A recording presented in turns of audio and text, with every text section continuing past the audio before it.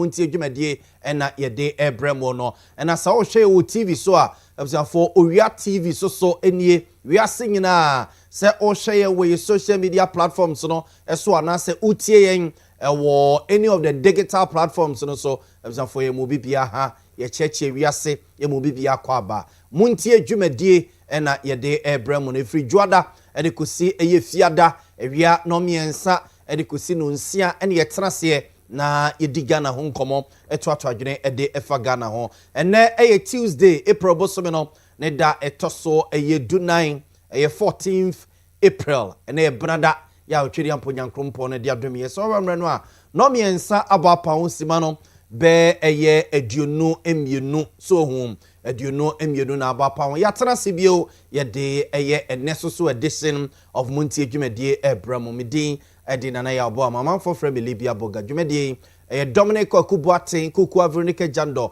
akosua somu ya Grace Asante Eboa Simon any technical team ni nyina na etame chiama be bia wo bia no yetimi aba na yatrase ye diga na ho nkomo yatena owia na se yenko a na yewia ne ba so hum ewia ne srense de a yewia na se enwunu yetrase ye fa plans ye keka ne mesie ne a ye sort ya say ye streaming live we social media platforms ni nyina so oko Facebook a hwehwe Owia TV Facebook hwehwe Owia TV Facebook oko YouTube so a hwehwe Owia TV anase Owia TV official YouTube Owia TV anase Owia TV official YouTube and say oko TikTok no so a eno so Owia TV official you streaming eye honomo a ensema ebe boroboro so ebe boboso ne ade ade nyina fo adwenkyere ene unsusuye etoto honomo yeguso a yedi dwumade na dwene ni ba ko fotirim ye bekenkan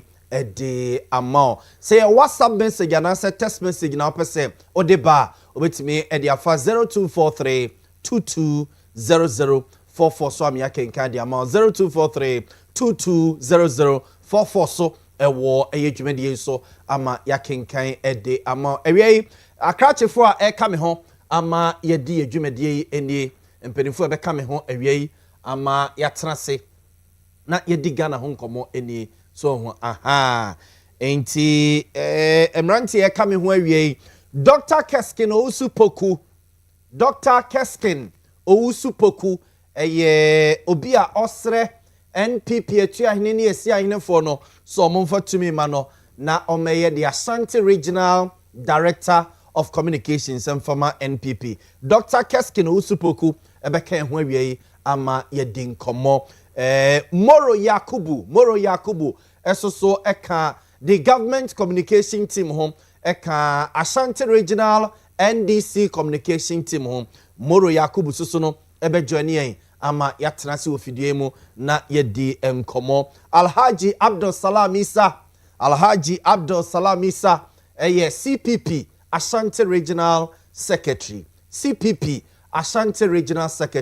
Alhaji Abdul Salam Isa esoso ebeken ho ewo fidie ma sei na yatrase na yadwendwene omai konkron Ghana ho na yedi Ghana ho enkomo so hu ewo dwumadie eso nti wei eye me guest omo kame ho efri sabre edikusi se 6 bebo aye be sorry ama news team na ba be som no omo ene be kame ho ama yatrase na yedi enkomo dwendwene nsam a asisie enyina ho so hu na yafamu abana sane emunim no ansa na me guest ebetenase ewo studios asay ne yedika di nkomo no yedika hwe issues asisie the last 24 hours the last few hours in nsam asisie de ye twehwia se eba besie yedika bobo bi so kiremo ansa na ye guest atenase ama yedi enkomo ewo fidie ma sei na enesoso yamo bonsam no so kakra emfa emamo de yete ne se akwa atwima mentwe ewo Guta Ghana Union of Traders ene eye Ghana Revenue Authority mperimfo entem ningina eye AI artificial intelligence ade bia womo ede aba ewo temahaba womo ede calculated duty ede ema omo kraniema different bruchiri ebo mayimo se wo ba beton se wo ba be use ana se de odi ba be ye bia no se so omo de AI no and ye calculation se de ma wo duty a e wo se wutua and am so am a good time get for kire se sa AI no makwa akofa de aba no and am so ma duty no pega na e pega se duty ni pega saa eba saa so a eniem omo kra ya omo eba beton no Ghana no automatically also omo tutu ni bom ekoba saa na saa manfo adwene omo se omo dwadifo no omo tiri mo den ewize keka bibisa an dollar no ate aba fom ama sidi na kwa konya hoden inflation rate wo fom ni ade interest rate no any ade ababa fom a o se dwadifo no etete omo ne ama so dwadifo no so fi se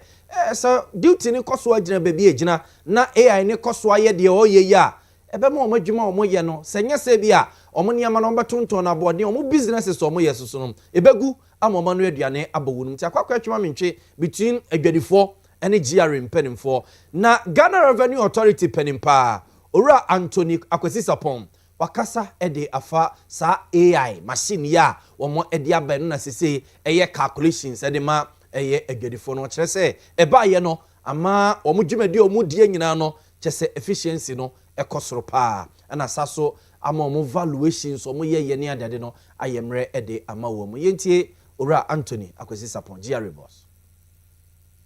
So the first one, which is it quicker? Our response is yes.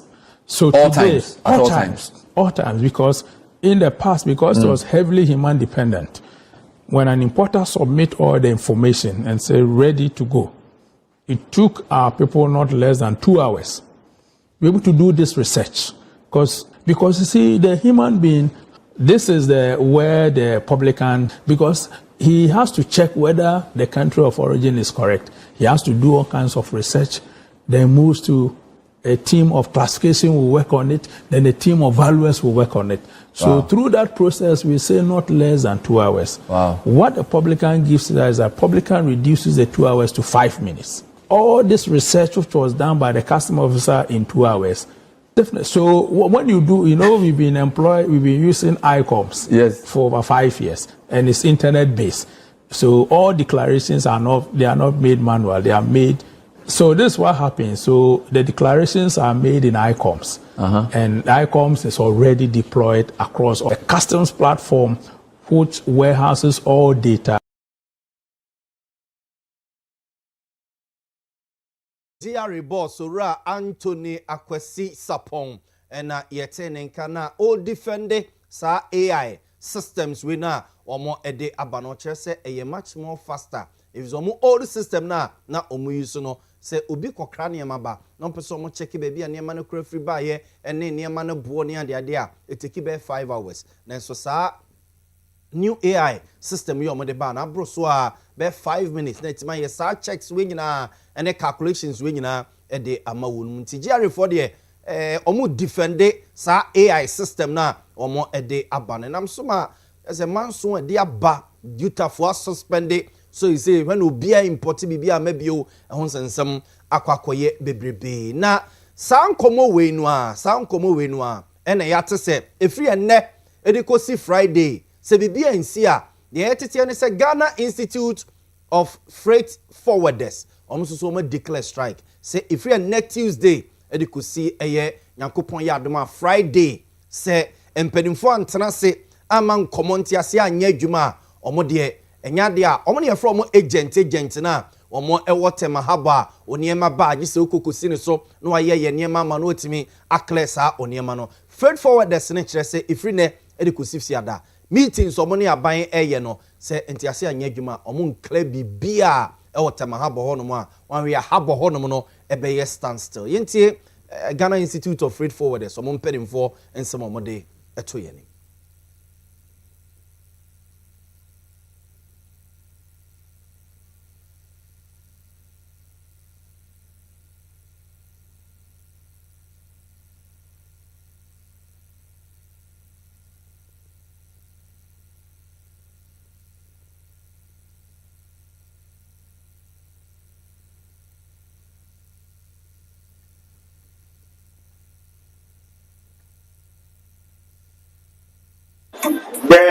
I said declaration of national action that we are taking 4-day coordinated strike action from tomorrow to Friday. Right after that, the traders will also bring their action for the following week, so that all this will continue till years are given to our issues. No duty. Within this action, no duties shall be paid.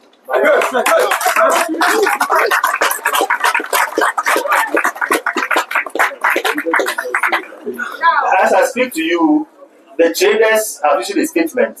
In fact, I was at Guterres awards night on Friday, where the trade minister was there. They issued a statement asking us to hold on with payment of duties. They've also asked their members to hold on with imports, because you can't bring in goods to come and stay at the port and accrue worried. We don't even know how much you people to pay. So we'll share a statement with you after this sitting. So within these 4 days, no duties are going to be paid from tomorrow. And then all associated clients' processes shall be effectively suspended. So we are not going to the port tomorrow. We are not going to pay duties tomorrow. Some of us may say that, oh, this is going to be paid online, so somebody can pay this online. The onlines we are monitoring, we are not paying this even online than to go to long. Establishment of a permanent trade governance structure, a formal, legally anchored interministerial and interagency body with the highest level to chair and define authorities across finance, trade, transport, security, and their participating agencies. That will have a mandate to coordinate policy, enforcement, and facilitation. That will have the authority to escalate critical matters to cabinet for decision. We lack this structure, and that's why we suffer. Operationalizing of a functional appeal system. There should be fully documented and published procedures, so everybody will know that if I have an appeal, this is what I need to go through. Currently, when you have an appeal and you submit online, it's declined. If you submit again, you have to bring a letter. You visit the city with your letter. The letter will be minted to the appeal committee and Minister of Finance, who sit twice a week.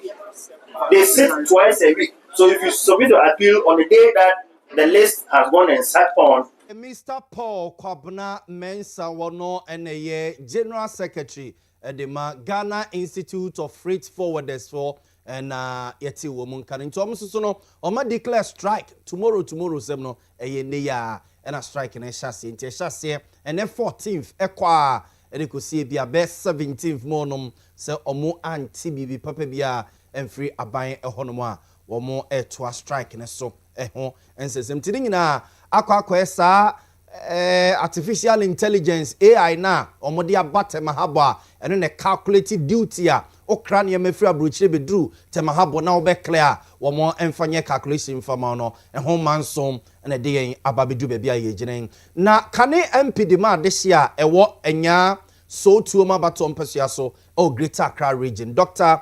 Dixon Adomako Kisi sankomoyi odano atumbia o chese nyame anim die bebia AI no tensem no edi o man ne e kakono obesrese president emram na mpanimfo bi o mo ka bi wom as soon as possible omo emrem na ntiase nya adwuma na ama businesses nyina ya agensemo ewo omayimo Dr. Dixon Adomako Kisi nsem. So I always have a problem where we do not make, but we seek out to make more than the producers of things. That is so wrong. I mean, listen, let me cite, for instance, a vehicle. We don't make a lot of vehicles here. So the person that does Toyota Corolla and sells it in the US for 3,000 Ghana cedis, I mean dollars. Sorry. And then this AI spits out $6,000 for the same car. Government ends up making more money off this vehicle than even the manufacturer. And that is sickening. You have not produced anything. Your only thing is to provide a port for as it is entry, and then you should take a certain fraction, which is reasonable. Why bring in something that has been produced somewhere at a far lesser cost, and then your services at the port is even more expensive than the item I bought? Does it make sense? Many people have left things at even the post office because when they got there, the wig they bought, and I'm using wig what kills me is women who love weddings. Wedding, what do you call it? Gown. You've bought it at US, maybe $800. AI gives you $3,000. Does it make sense? Government will be taking a huge chunk based on the $3,000. Maybe government will take about $600. Now, you bought the thing for $800. You are giving government $600. What did government do? What did government do? Please, do not support this. In all fairness, to the ordinary. Dixon Adoma Konkisi or Yekane MP, Emma this year war and ya so to Abaton Pesia, so Greater Accra region, and yeten in Kano, or say AI no, baby a dear Kokono, and who be here semping for a better woman a day ashe. Enti Tamaha Bonson, some no, baby a yejina say yatase the finance ministry, GRA, and ya industry players and Eko Kusiai. Emma de yetete no enhyeda enye de omone Ghana Institute of Freight Forwarders ne kokohia good campaign force so no omo ehia meeting no yete se industry players bebre ekobi ma de yetete ne se nkomo no enhyeda nye de still no Ghana Institute of Freight Forwarders no eda so agina bebi omo gina good campaign for agina bebi a omo agina na asa GR force so agina bebi omo gina omo defend omo new system na omo ede aba no say it was as a wine no bemu a din yo beba na yanti ase aye adwuma ema de wo se ekọ etimi akọ amagana for yasum adwen ye betena se enche me guest beba na ye de hu nkomom na ye mfam nko petrol prices no kakra beto dwa say last week President John Dramani Mahama efre emergency cabinet meeting na emergency cabinet meeting ne kwawie no ene yeteye say government communication minister Ura Felix Kwachi Ofusu to yenim say abaya giatum say yawo levies ni taxes bi edada ye petrol no so a womo ebeye ede free ho no mo na wantimi anka say bia eye levy asumesi anase levy obenti no mo kwakọ ede free ho no mo na civil society organizations ne think tanks bebre so no ede nsusu eba omo de omo fi say be bia petrol nsensema ba begina diesel prices na ba begina no say aban eso obete ne taxes ne levies ni biso na say entimi ankwantra be 1 Ghana cedi 65 pesos on mo kono a omo fi say mfaso bia ni ho ewo so e de magana ni no okoyi pesos bi efri so mfaso bia maso emfa emma eye the ordinary Ghanaian na okwakoto petrol taxi driver okwakoto petrol truck driver okwakoto petrol de ono so eyisu ni private car eja oya bedwumani a na katua kakra odi bi beto to petrol na ansheda amwa eno nti think tanks bi te say Imani Africa Chamber of Petroleum Consumers COPEC and Institute of Energy Security Simunyina Bem our mode census we Emma Abai and I'm so Emma Ura Samson a day energy expert and any dinko kakra say in we are these think tanks a day bay on your moya jina no why you bia what near deep petrol jetty diesel jetty home for quite a number of years no one more a ya jina na no ye on the mind. Osha yeah 20 dasono ni na no ewo dwumedia edi enti ebu na uye fraud fra na ade a ase na this aban for pesika o be before no devolution na o ma hwese aba 12 6 na mo hwese aban me ko tebu mienu a na ofafa na faso emaya ebetima boa a kan nyina boma ebedu 1.6 enti osha special petroleum tax 48 pesos no abano emo emfa 24 pesos no only so mayen na fuwa makamajen ano so 9 pesos abano emfa 4 pesos emfante na wahe price stabilization recovery levy na 14 pesos petrol na abanyi ni nyina free hono now almost other tax component road fund and so no abaning hesen so obeyi emube 23 economy and 1 Ghana legina by the emube 50 pesos only front okay can you na buma na be 165 pesos as year free e bon so a ebetima boa o hwe diesel 17 series 10 pesos na So you want to take a year to show a bit in the Baba 15.99 and I say around that figure no a bit my boy petrol to 13 cities and a bit my Baba 11.9 I think a bit from your hand to class.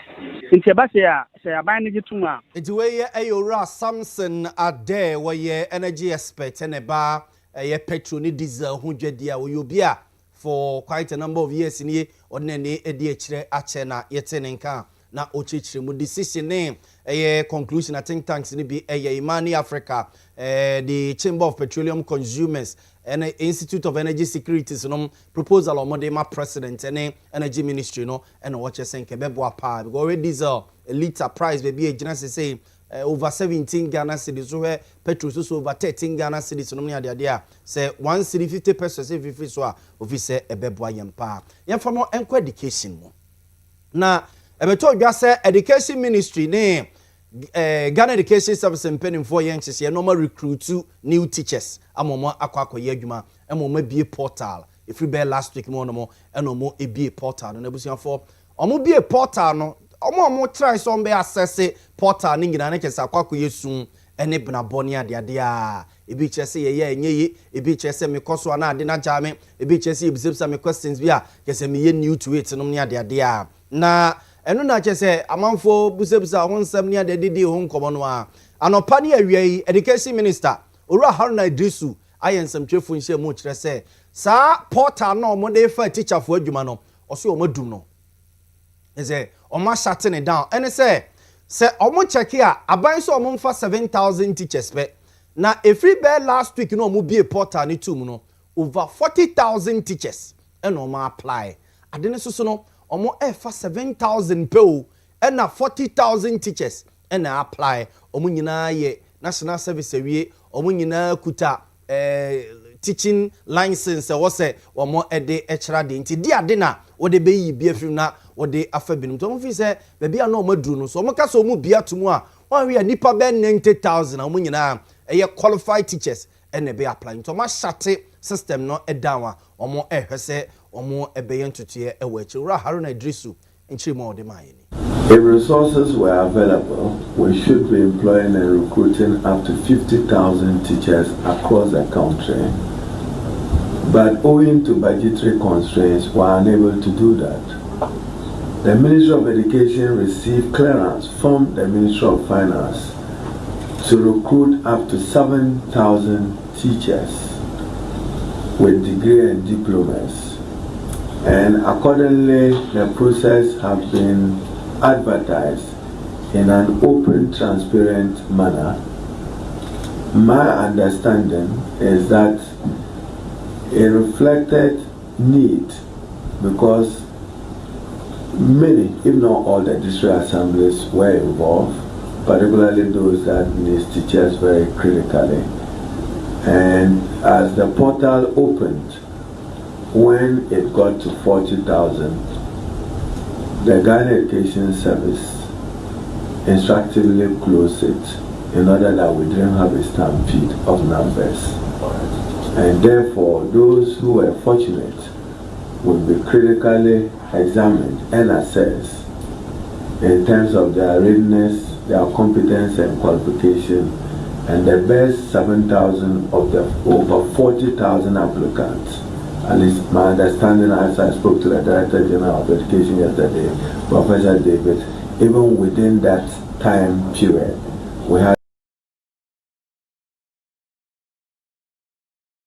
Haruna Idrisu na yetene nkanwa na ochechire mu nti Ghana Education Service bi omu bie portal nim se omu recruit new teachers no education minister just says teachers no ma fa abro so be 7,000 no be 7,000 no be fa abro so na nipa omu bie mu so no o close to about a week you say na over 40,000 na I enter omu details e de egu portal no so be dene se ohun ebe dene de ama wo nte wonsem eno na busa forma yemfa breaking news we entumanimu sisi a ma yemfa breaking news yi entumanimu sisi ye ma yemfa breaking news yi entumanimu Owura Maxwell Kofi Juma Owura Maxwell Kofi Juma busa for de tete awie yi a ɛne sɛ owura Maxwell Kofi Dwuma ne fie wo Kumase yɛse brodo a yɛfrɛ ne sɛ Atonsu Agogo area ho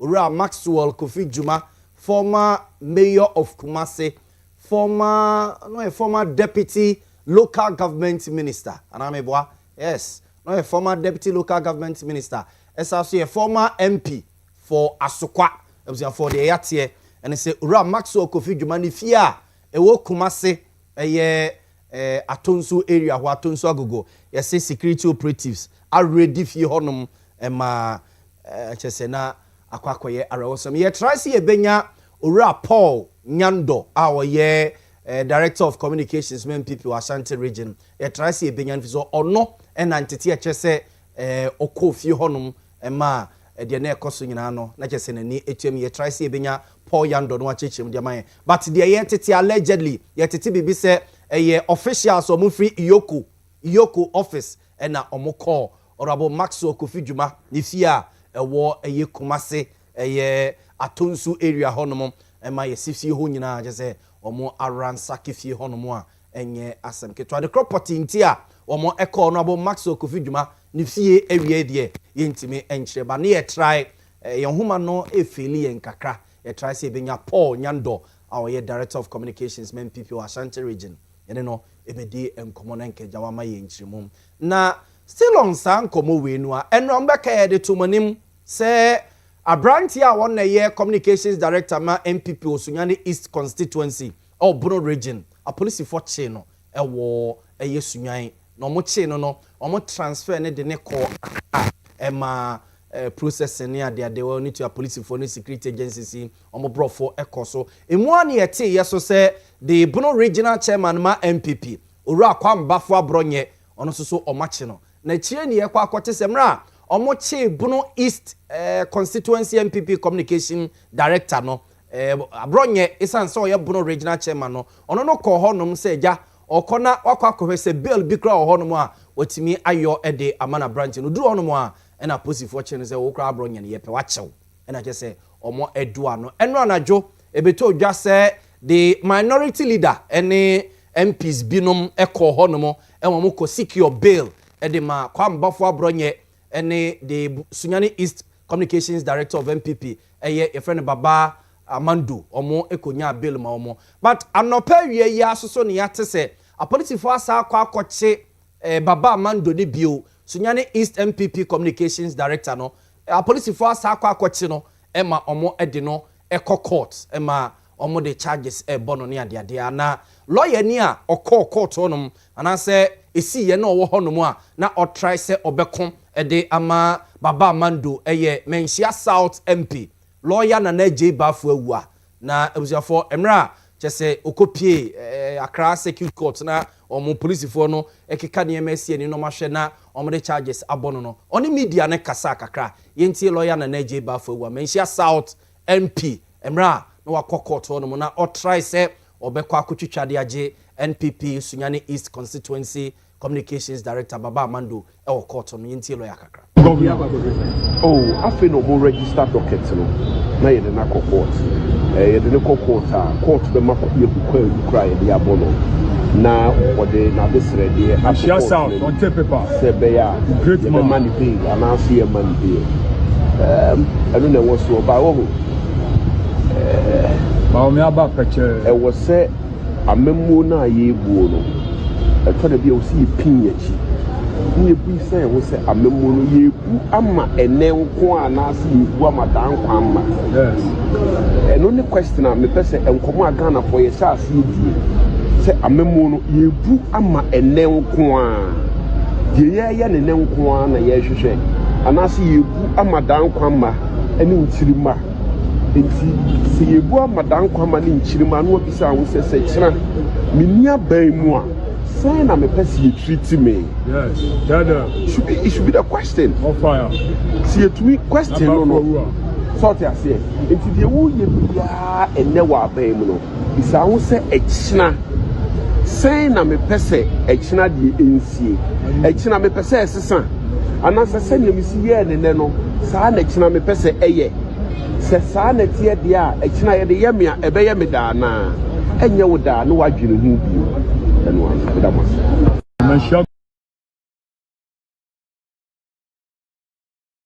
South MP, Menshia South MP, lawyer Nana AJ Bafo Owia ena yetene kanunti emra omode NPP Sunyani East Constituency Communications Director Court ewo Accra Circuit Court no na chese ono no wo court ono mo nti ono na chese oginam na wako ede ama abrante ne friend Baba Amando Baba Amando no wako ede ama branch ne se beye na eja charges a police for ede bono no se bail kra obe pribi ede ama no court no mo na ahead of say court be frasem no lawyer ene nsemtwefo edi nkomo kakra na eja wotwe adwene ede asini ma so no nti wei eye de ekoso ewie ya na ye de abramame emma me guest akwaba na yeni enkomo ewo efiase mame emma mabedwafo akwaba na yeni enkomo ewo efiase Dr. Keskin Ousupoku.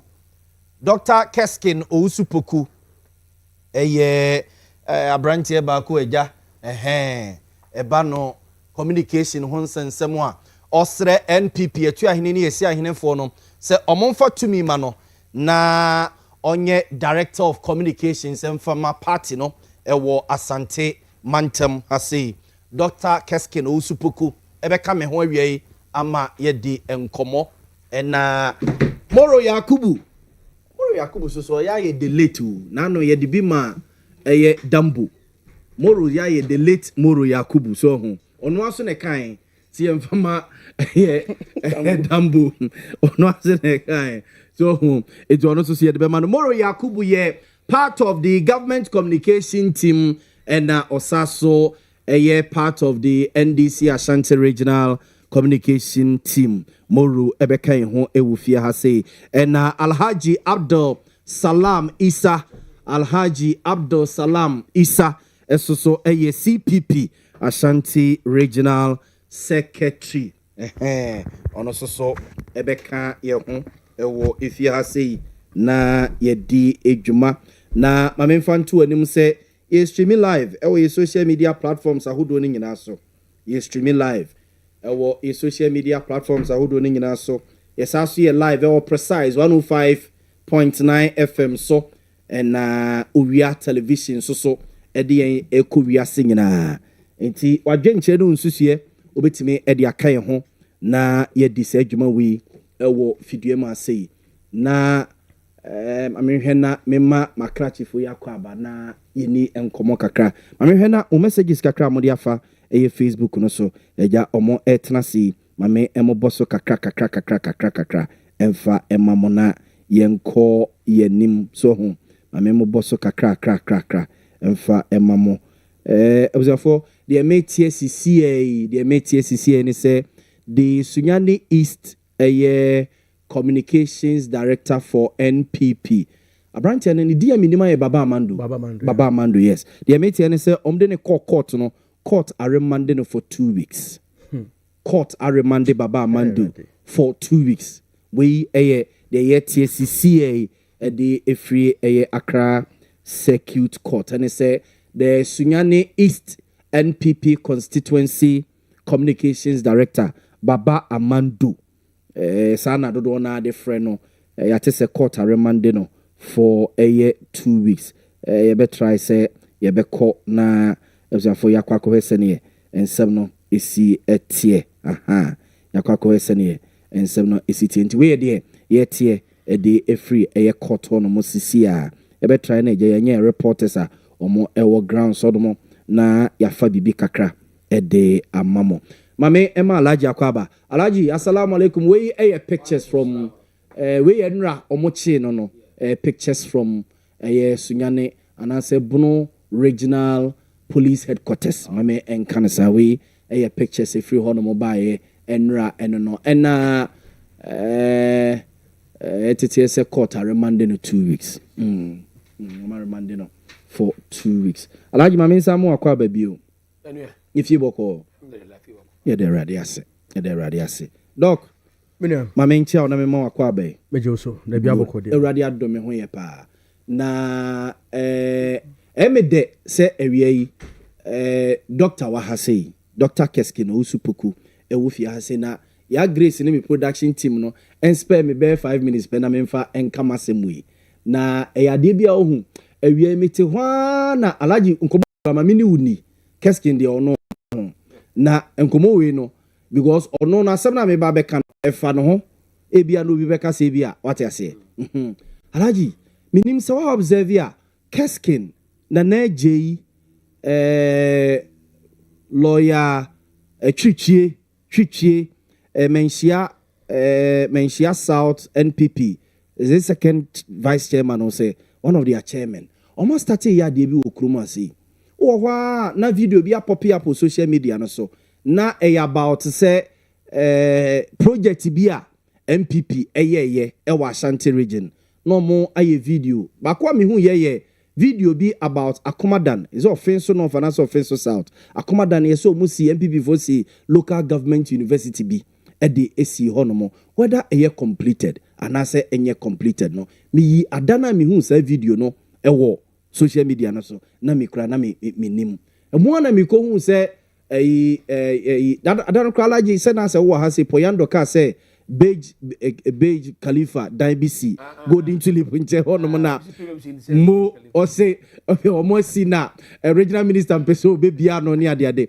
these buildings when nyina esisi kroma say na me dem ko hu say keske ne na je ne lawyer twitwe mu post sa videos no wo social media no so na me busa me ho say any MPP for o man kasa o ka obi no mo ko opposition yo omo yo mo ho abropa o because sa niema we nyina ba kwa me ko hu ye me nua weekend ikra na me hu ye sentence ba fo ne post video bi atonsu alajun se free atonsu Coca-Cola hono na wu sane dia ko high school junction hono ma menim se na o ta safa fa sa kwan ne so a na traffic nya asem ketwa inso tokra dia na ye no go area because inso ni timi fladia sa se gata wo se inso bi na da se hono etimi fladia be fa kwan ne mu nyina enti untimi nko untimi ma ti opposed sa de na me say Jack ni paso bebre wa how because na ye area na ye tad nam ne ade na mbusa mo say it is MPP years na ma we nyina within sa 4 years so say 8 years o motena bem e no mantimi anchichirim o man komonsem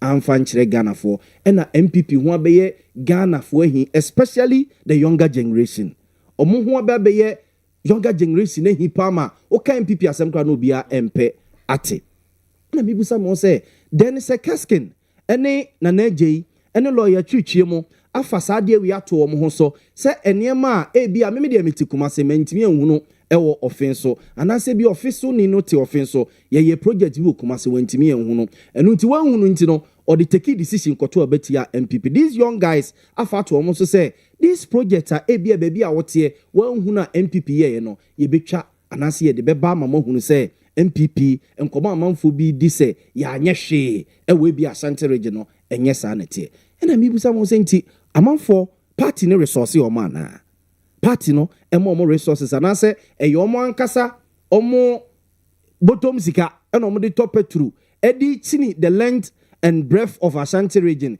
etwitwa sa videos we ede eba beto abonten ede aka story papa ede akire amansiana de ntia me busa sa asem we ne ye say alaji say wo observe ya 2024 elections na ye kokoto ye no so hwe voter register na da ho no mo no a population a ye de kokoto aba no alaji mu be 60 64 63% ye younger Gen Z for no between 18 years to 40 years ye voters register na da ho no no and amount for anticipate say in 2028 sa 63% na between 18 to 40 years no one year betima kobe 75% and voter register and these young boys any young girls alaji dudu no a omo phones any social media no so omo also 24/7 anya kra a day obetima spend be 1 hour and as 2 hours be social media no so and these young boys and girls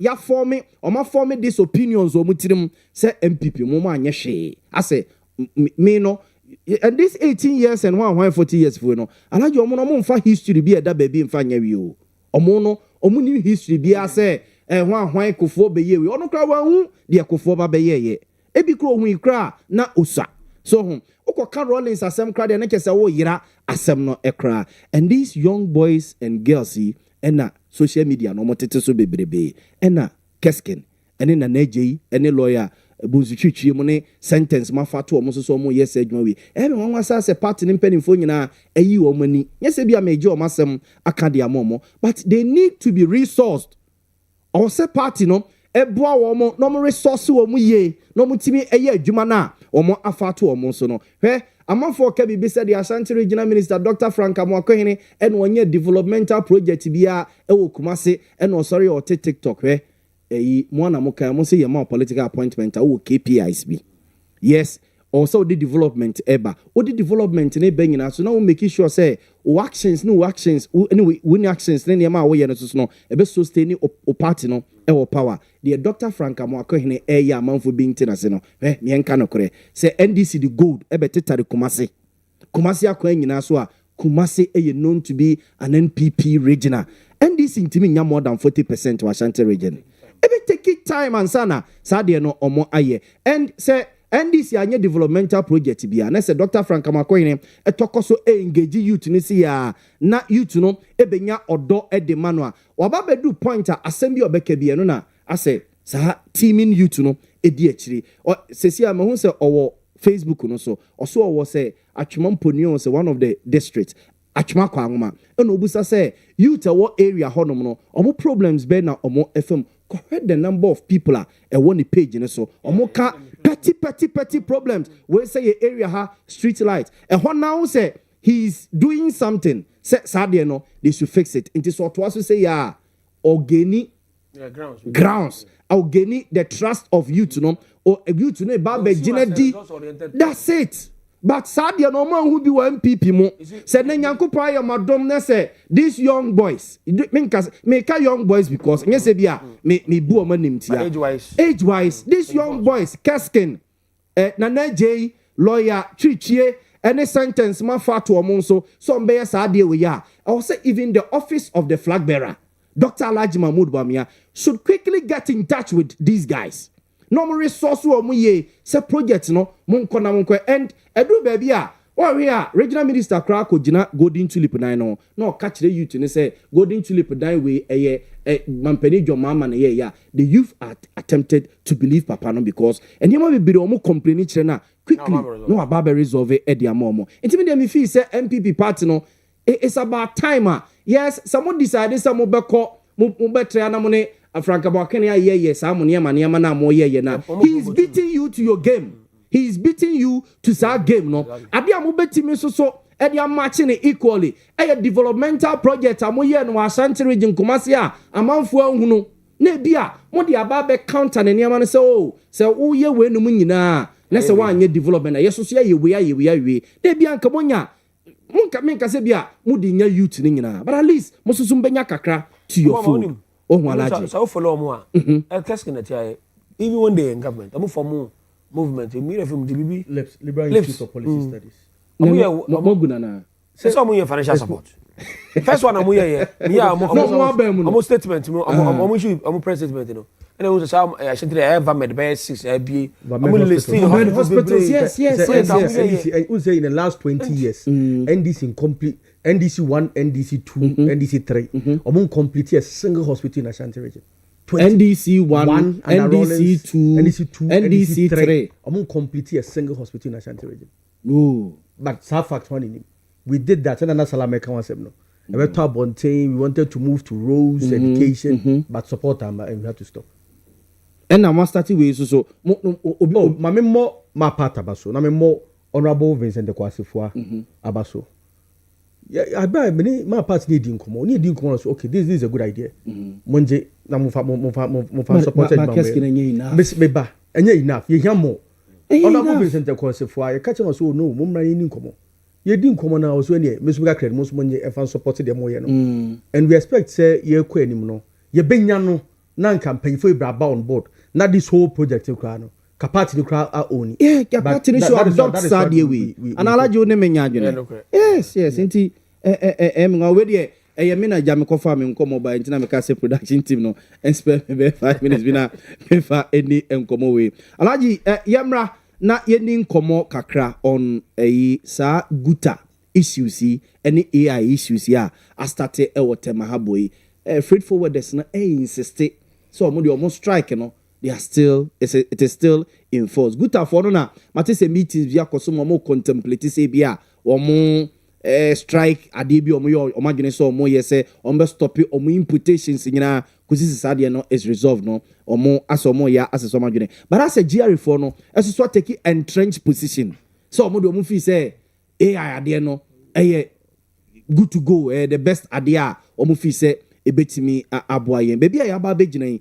o se ba ko take entrenched position and I say bia they should jojo na bia omo be find a meeting point bi na enti ase ye adwuma lajuma binti o me that's me nchia na me nchia te ni ahwefo ina but only me adwen say your system na yes akwa say you are rigid with the system kani na ya chore sit na ya tino na ye dey edi na akodi inspector chi na akobi o container na o check in na traba na dey eni na ye but as when na ye ko enim no and the time consuming ema I don't get my 1000 a day no because of that be 100 so tie GR boss no say this new system here by no na previously say container bi bana so mo be ho adwuma it takes them about 5 hours no motima complete ho ne mane ade but this AI ade we within 5 minutes na awie bi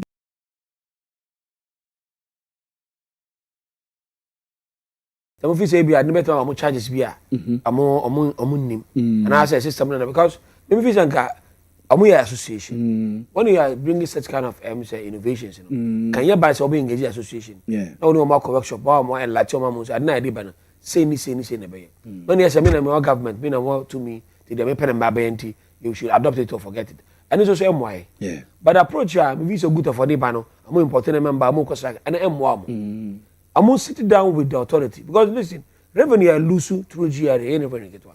Some of them as a result of unhand dealings are important. Ni nipa na hotia hona Some of them are under value, under valuation. Next kanu kakra go di umotum. With the process AI policy, bibia no idea machine be system no be hunu and no one dey be ejuma. Okay. And you have no any other option than to comply. But ABN no multi system na say today maybe a system no mo you know this AI issue I feel the bend the world. And I know me say about me I say Africa I say if you use we can make money out of it. AI innovations be a they relieve nipa even though ebe man labor so aba form because adia can nipa be 10 be no AI no kwa be and for that matter ebe man be but I think say system aye ko enimu no so say one if they adopt the policy and understand the policy what my dear be say time am spending na habo na ma ba 3-4 days water ma over I hotel or go up and down one shot within a day we say back on them so if no I didn't know Montie I think they can sit down Joe and understand it but yempeni there but still I think there's a room for negotiation GR and yintum say ebia baby wa to chima because no me take one of their friends say among member of good as evaluations cry and Montie say say evaluation they don't even understand and I think say oba no so bibi akoso kakra that's my understanding cost be akoso kakra the side there o person o two cost no na say o person you say yes o person two cost me so utum na so do tinu utum but cause me dey ba na ya calculation varies from the normal human being there na and a normal system no there na say how go say what shada o the person boom come I think they should sit down okay but my visa we ya dey be house so much man but they be so feel say it was to say ya ma omo duty no valuations no kokosoro say ya ebebiti the economic gains a finance minister ne Bank of Ghana fee say yenya you exactly ebe cause inflation because say basa ebe pega inflation ebe pega niema bo ne ade basa na defeat bibia say inflation say ma dey be ayeka e na mo for fee say ana aban better than us say enye one way say ordinary Ghanaian kwa na suffer when inflation go high to a standard cost of living come out all the public servants you know will turn to government and increase your salary. Yes. Because they can also not bear the cost. Yes. They are buying some OGA, over piano, what do you write the GA, over to the left. It's better to say we are in the Caribbean, a year, it will be higher. So I think the government should look at it. But so to more, and yes, system on the program can say, but as a valuation, no, shana and your normal valuation. Yeah. And that is their problem. And I think they should sit down and discuss it. GRA and try to sit with them. Say, can you go GRA will say, yeah, system that are no corruption more na bibu more. Educate them. Say, maybe I would pay one city because maybe I system back on and capture ABC. But with this system, this and that are part. Maybe I let them know. Say automatically, I buy not just the cost of valuation. Let them know. They move on. But as a we are smart to be need things ever bomb. But Ebisu Sufi say Sir, this AI idea we know. One problem you say a chunk of an Yamana Guta for no crab and be home use. Second hand. In the allergy, say me kofa second hand iPhone. Used iPhone, say me ba beton. Let's say AI ne calculate sa iPhone, say as brand new. As brand new. Say me nye duty. Because I program in a Montie omo. But then AI check the cost of a used product. But then AI check it. The question is, I'm catch a good for say this is the system machine here. And not me told me David na my own say send us a program machine. It deals on news can be a for code now. For code now. And you see machine pick the highest price. Yeah, I just know the highest or the compare by 4 or 5 countries. On strike average be I know the amount. Hey. Or final or strike average or fire is now strike average. A better expensive than over 5 be a lower as strike average. That's it. And then because we in a Kamuko workshop na machine modi man mo can say Ghana. You never import 90% here. And I use one. Yeah. So if you turn available channel system available channel, the programming for a brand new one, sir, you can change it. Never vary manaye. I bet me add up to use system. Sure. And this idea, price no, I'm to say I'm the call machine.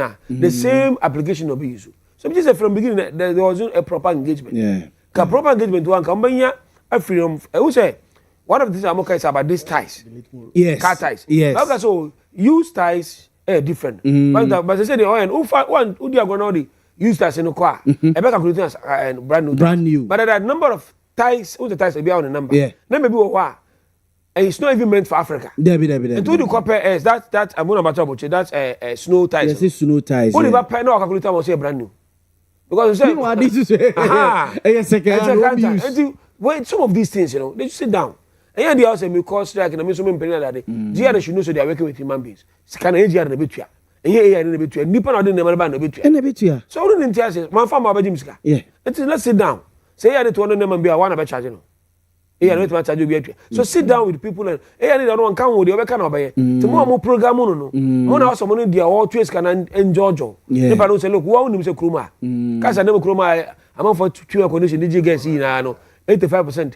Carry walk around, we drive cry. I don't age your pet. Yeah, it's true. And what they have to do, they say, also program machine to stand and identify brand new stock and then use stock. Maybe I bet my stick a be a tally with brand new stock. So a far, identify months away a brand new stock. Yes. Stick away so a far, who say a used stock. A used product. And they can enter. You say with this algorithm, you can enter all this data to the machine. Yeah. Now who say if machine this and that, this is how you have to calculate. Yeah. And this idea, and offer that you can't blame him. Offer machine. Or far say a brand new name be now calculating.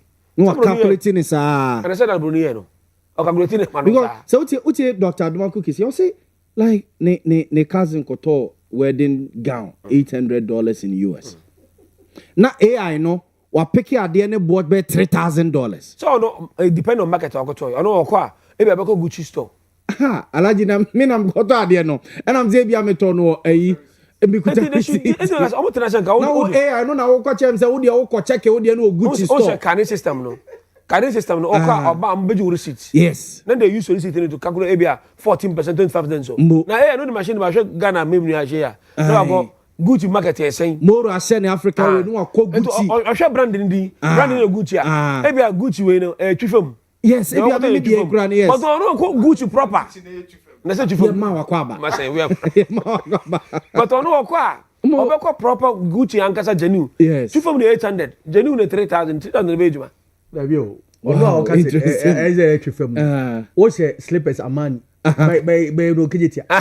O slippers dey Amani. Why Martin Koton no kejetia. Good, but Amani say ka eti ana ya Obi so eti wo dey we no say Amani we no. Eti Amani we dey twifam. Amani we dey say twifam. Obi so ka alaji. Obi so ka say bi o say say yankofo so mo kotwa ne ma ne bebre free China.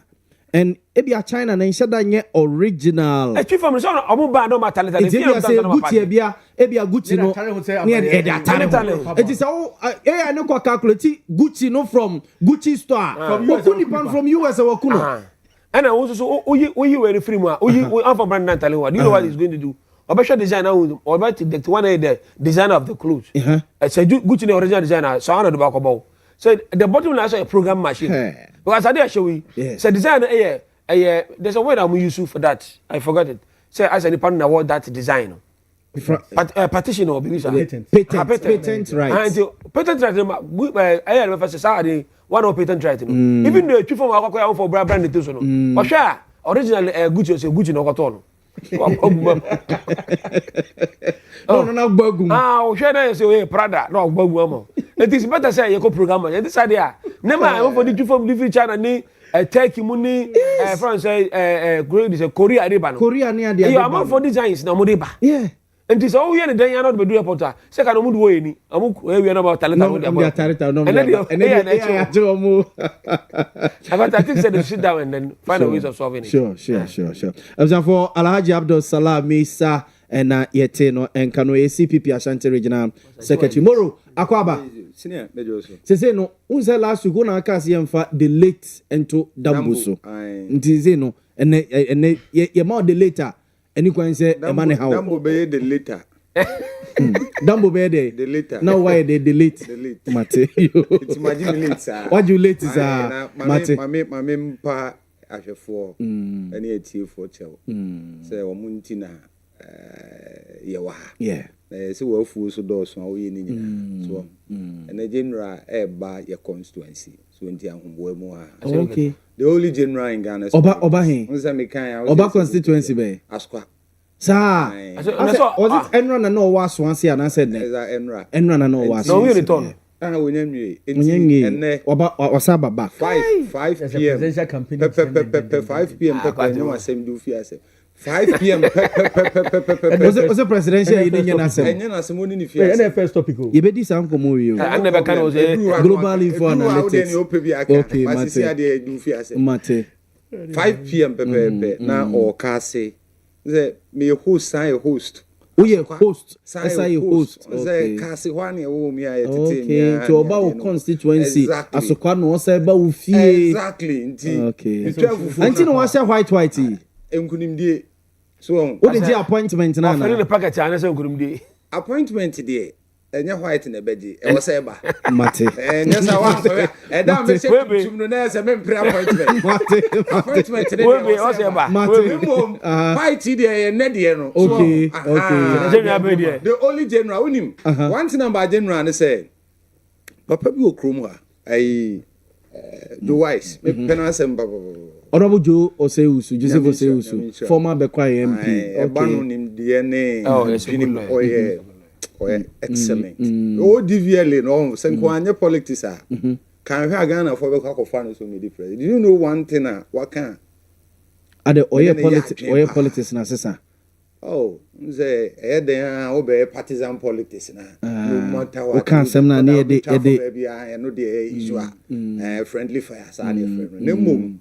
Obi awuntimi nyi nimdia owo in freeness moro the topic e ba na say ento aso me can ne do wise asem okay the MPP now needs an asiedu nketia ti asem ne you it's true it say will be a was the NPP needs somebody like an asiedu nketia in the party ti na ye mehia general wo ka say Pentecost 5 p.m. na mo no NPP for kopo bi ti say asiedu nketia e wo mo party na mo de ne eche no na bi yenka ho ase budi eduru ho no mate okay mate kasken mame samu akwa ba bi o yo menua efie boko nyame adom efie boko me gidi se nkomo am di munye offended de debi na messages bi ababa na bia na panyi ba kra me refi ni di Dr. Matthew Poku Prempe okay he was one of the very few no so fair boy abaso Dr. Matthew Poku Prempe, former Menchia South NP, former running mate 2024 elections. Okay. And Pennyfo so say oni kruma na me bo. Oni kruma isia. Pennyfo bi so ni edi nkomo nti ehwe se nkomo be wi ye. Na at the end of the day no ya party adwuma no so ye. Ti mecha party Pennyfo ina. Na machia ode no kwakwapia. The incoming regional chairman. Menua JFK. Masa chairman Matthew Poku Prempe bio. Mechia the next president of Ghana, Dr. Mahmoud Baumia. Na se menka eye AI no idea no yes na ye mra wonim se gutafo ana se jarifo ka kire se omo programming AI no na omo nim se niam ankofo kraba no dodo na ye eye second hand maybe some questions be break because they knew it send them for they have a very fair idea of the portfolio. Yeah.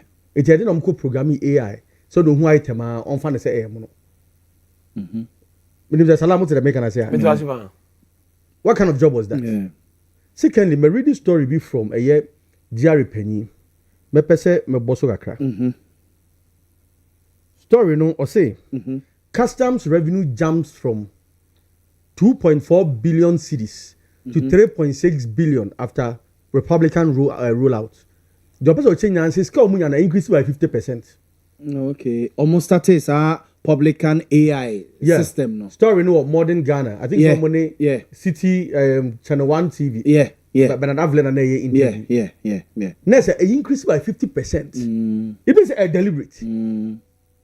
Or say GRE boss here, Nema or attribute to no say the Commissioner General of Ghana Revenue Authority Anthony Akwesi Sapon has defended the newly introduced publican AI system, describing it as significantly faster, more efficient than the existing import clearance platform. Enti say AI nampa AI bit me assessment no entem. But there would be the cost elements no coming back to customers any businessmen no. And also increase. Yes. It is anka we assessment triple cry. Yeah, we assessment ni we. And anka we are the price no mutua na no mutua. And anka na increase by 5% with 10% and Kenya news so. But 50% is a huge margin. Yeah. Secondly, omono eto we are and no money the end consumer so. Yeah. All the better be good ordinary person so. It's when you say what you've done in essence and they say scanner museo ya TikTok so ya COVID and where we must find another way to take it from the people. Yeah. It's no jakwentia. Tell me they say this discussion day ekoso. Yeah. I expect say a year the GRE boss any at force and finance minister. That the team no nyina no ebenya a fair appreciation of the fact say nyama na nkrofo ekraba no sa ade ne nyam no a you should find a way of assessing ade na ayede enyam no yeah first how mu job receipt number ko share 1111 ni nyina can build algorithms a ebe mo say ampa sa ade we enyam no na use that okay I use for how many years yes na calculate ni into it ebia product ni no ebia 2023 na ebia nipa na the product na eba in 2026 also who say be a product you use for 3 years. You can program it every 2 years product we are saying what's a charge. Exactly. Every 3 years you can do that. Yeah. Because also first on cars crano over first 10 years. So they have those systems are already there. Yes. So nobody can pretend say a new honor. It's about no building and pesa contract what was the rush into maintenance Tom Bassey I integrated ceremony what was the kind of engagement Omni Guta for yeah to ascertain say also before so be running we roll out such a program that's how we get a test now man be just stakeholders no engage with ampa your challenges are one this idea ba no e be address challenges so now go be corporate and go be 2 days ampa AI be somebody 30 minutes wait somebody 1 hour it means say on everyday basis no Jerry wait my be brave wait my yes can be brave that is one good side but say okowie na me TNDC communicator list well also niam akwa the demorage at niam listo why is it listo NPP listo so Mugabe show so where the Mugabe show so moro meba ho qu'est-ce que m'a menti listo a wacheche when is yes and trying to don't start moro mate qu'est-ce que toi so no say one fact John Mahama so me guna juma na this time do be kase mu because nyema o de buy no e bona kosora me ontimi 20 demorage at nyema opot and na make NDC and the video no quite circulating every point I'm making say enya people from kwa na be affect you omo enya NDC from kwa na be affect you omo e be affect Ghanaians nyina and I'm using can list to NDC ni kotimi ni nyema na ko beto a obeto mu za NDC party card NDC party card what I say so we go straight to the heart of business and survival until say economy no best san na ye be producing nyama no bebre wa hanom no now importing bebre good for one import about 10.6 billion a year etu mo juma as safa ombo ba be good ordinary person so businesses ebegu. It's true. Egu a aban timi create nyuma bia so far. Eti nyuma de na nkofo be. Yeah. Sa mo 24 hour market sa abusi musi. Sa de man be fi fa na abegum. If say san nkofo ya mo kokra bai, mu go mo so adwuma. Eti akwa say o yo ketrema na anwe na bia no. Ti I think say it's good say on medicine say. E di enkomo. But that thing am say good afọ come so sa anya ni omo import omo jai omo hoti omo hoti omo importations nyina na omo so omo aye importations aba amana ba bedru port so no omo ni freight forwarders na kasa say omo hoti calculation bi omo ye bia until so omo meeting with GRE ne finance minister omo bit na and does that affect demurrage account and na nka mi bebusa say e ba sa who bear say ekwa ko demurrage why na be bear sa cost no and the other side of it so they say since mine are import driven, no more so kwako hold your imports no. It may create a very huge gap. It's true. What that means is more money has for no. Or many opportunity to even ask for outrageous prices. It's true. Se me kra anwa. Na se me kra ba en me nkoyi. Omo de war system ne mo de da no. Omo hwe ne se ya short na demand ne wo soro a. No ma start to. And we been see ahead of 2022. Anwa bokos no. Who's that sunflower oil? I think Ukraine and Russia they produce the highest in the world. Honor baby na free. It's about more kuno. Now sunflower me kunto kwa azimi go produce sunflower oil. To realize my sunflower oil bono. Jump 5 million because 1,002 say exactly 1,000 something billion. How many times have you could joma oil for apart from sunflower oil? See. Sa yellow gallons. Yeah, sunflower oil. Sa they need shiny. Yeah. It's my point I'm making it say that until obi at other form of oil, sunflower oil ma. It means on you best shift to the alternative. Yeah. So also demand be cost the price be cost. Yeah. What I say. So all these put aside no. There's also a certain economics around it. I may expect to say when I'm paying for an time. Okay. Because I'm watching time at the end of the day. Ordinary people never suffer. And a prices so every cost ra. A best have a bar by name. Okay. What I say, who better? But buying us home better. Okay. In the end of the day, at the end of the day, no be no benefit. Okay. Businesses should be good. Yeah. In the medium to long term, no. And more be Sure. The Dr. Keskin Ousu Poku. Asante Bantama say was 3 NPP delegates in so for to me mano. No buy wachia ubia income onunko income de wanka. Oka ubia de no kwa ne de. Wanka ne de otis. Ampa wo so aka se mu ai me kwamante. Na mem de no na ese oka.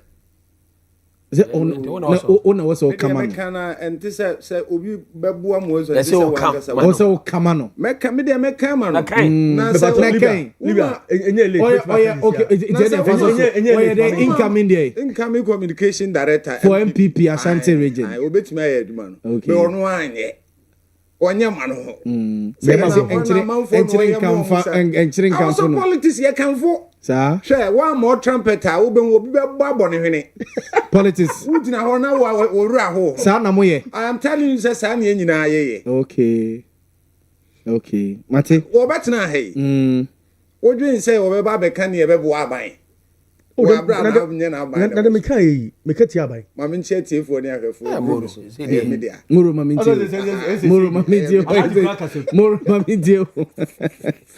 mintie. AI u fee say baby I aba bedri. Edi kwan say any of the agencies whether GRA whether Guta and I say be a freight forwarders for no. Edi kwan say obi a take entrenched position. Say Guta for na amfa niema na ama. Mo GRA for no. Munya calculation bia na mayo e na ono freight forwarder no so no abe agent eyi niema no e de ama sa niema nti efi se bia e dro na lease en jojo omuni honoma mumuni ho mosusu muni honoma omuni honomo na kwa ma mfa problem amre ye ordinary Ghanaians no kre asno mienu ko a asase e ho na ne ho kire ma menchia obi na menchia mpanufo atep no so yeso me aminu doctor ena me papa was say o ma doctor na ye bibra gofo na wa se de dwen so mo ba ho mbeso ti minu anu na e frɛ no kwame okay so say the o ma doctor no e do so bibra ni pe ba wo nchen a no musuru so minu e o fom pa so kwame na menchia mugabi ma menchia you Augustus na akwasi still maintain chama na unim mamente tew impression bi a menu e kasa na opeso create say I say it is looking like say a two, you know, adeɛ no mu by 50%. Looking at statement free GRA boss by I say you increase revenue. Yes. And non just say port for revenue na to more so.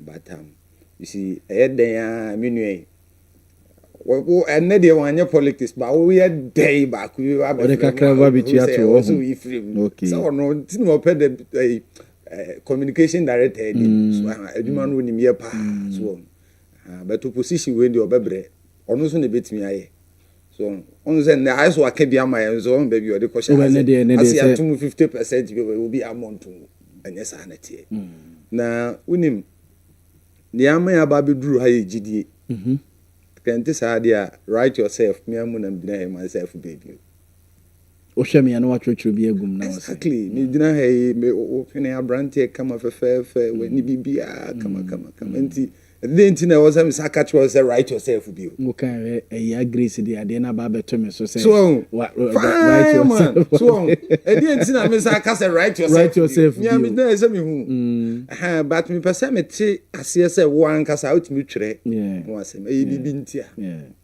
so sani ya wokan no ye njojo I believe say o man import drink it GRA phone you guta phone ni na guta phone so nye GRA phone ni e ba no otimi e bi an say me de nya ne kra wo say amani yo me baby a wote kra me hu na say amani keske ne alaji ne but me ni metrimu pefe say we enyo original amani na hye me no nipa no so o de ba no ono so atro but onim pefe say enyo original no de bre but the point is say be end the app in a store bia on e wo krom a one way abeto na man bo it's true yes it's true so but onim ni trim pefe say nye no yeah nti ye ba minim wo so nim o ye nye na so kakra kudo bi botom na ye yaba ono wanya no fu na wa ba beton no den so mu yi ni low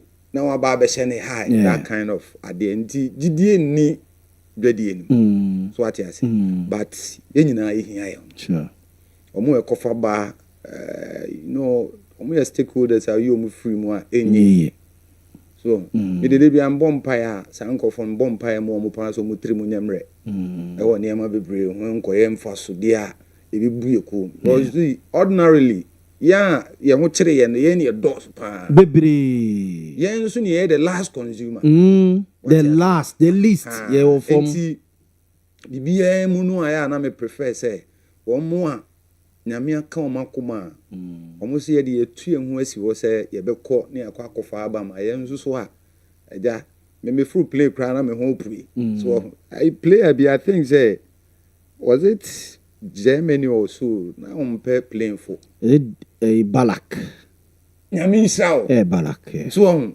no playing for nti or sign contractor na so me kai say Chelsea Champions League match bi ono no di kan far from Ansana no far flights there are places bia na hwe kra wunya no because it is only by air and no betimi akọ si so mo take all this risk na de bia wo kwa aba wo hwe ne e koso wo wiasea fa na nyina even ye hase kra say play tu a nipa no so waka chiro say metu a wo de mpa e boss a akopem say obetene nka so se ma bedru so what you say so those risk ni nyina no are people a me de me gidi so say e bo mpa e mo mutimi gina Jerry for no say do baby a traders ni bitimi twantro ade no wakofa no e bia Turkey na afi o se kofa no US ebi a store bi e wo US ebi also ofa no US o se be fa no Turkey se bi o de be BT price system na se me na se be mi hu ba bi o kofa free e ba e bo ho ma yes mato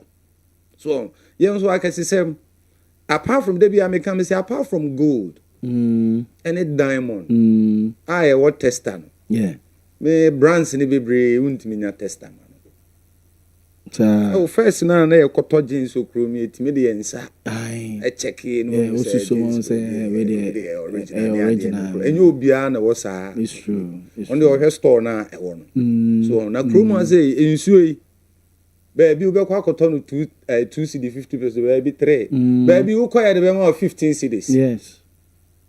So it's no crono ye ni my own. Yeah. So and I'm a do baby entry. That's true. Now no cranium prem. Send a minu and moon in our kind, near Mandro na dada never. Dada knows near it me afford. Many a man pe cry one another. Say, mint minka say entirely another buy one ye be a man pe. We be a name pe. Bibi oye you know ntimi nka se na wo mpe but o bibi bia no and na me pe okay but ne man pe kra and the attempt to say you be abandon old cars no na ya try say be manufacture new ones was it okay so accident cars is be so because of affordability. Yes. The system na running a has even though you nyane sa anka ye de nanso so ye nyamru sa ampempen so no yeah so and environment no so ye create e man nru sa standard na ye betimi dia ye de aba nti dodo na ye dada it's true so we all rely on that nti AI de no onto no bonza on share busia pani anim na wa ma ne mo anafufu on the new way and say you're feeding with system we share product in India now we search buy on crowd check it is a Toyota Corolla 2016 model na makra na bi kura me so me de na accident car so no they no wa checking say checking no afa na or the ababebo hey enye nipa but the American na say as of mine they be here no only reliance in terms of raising funds taxes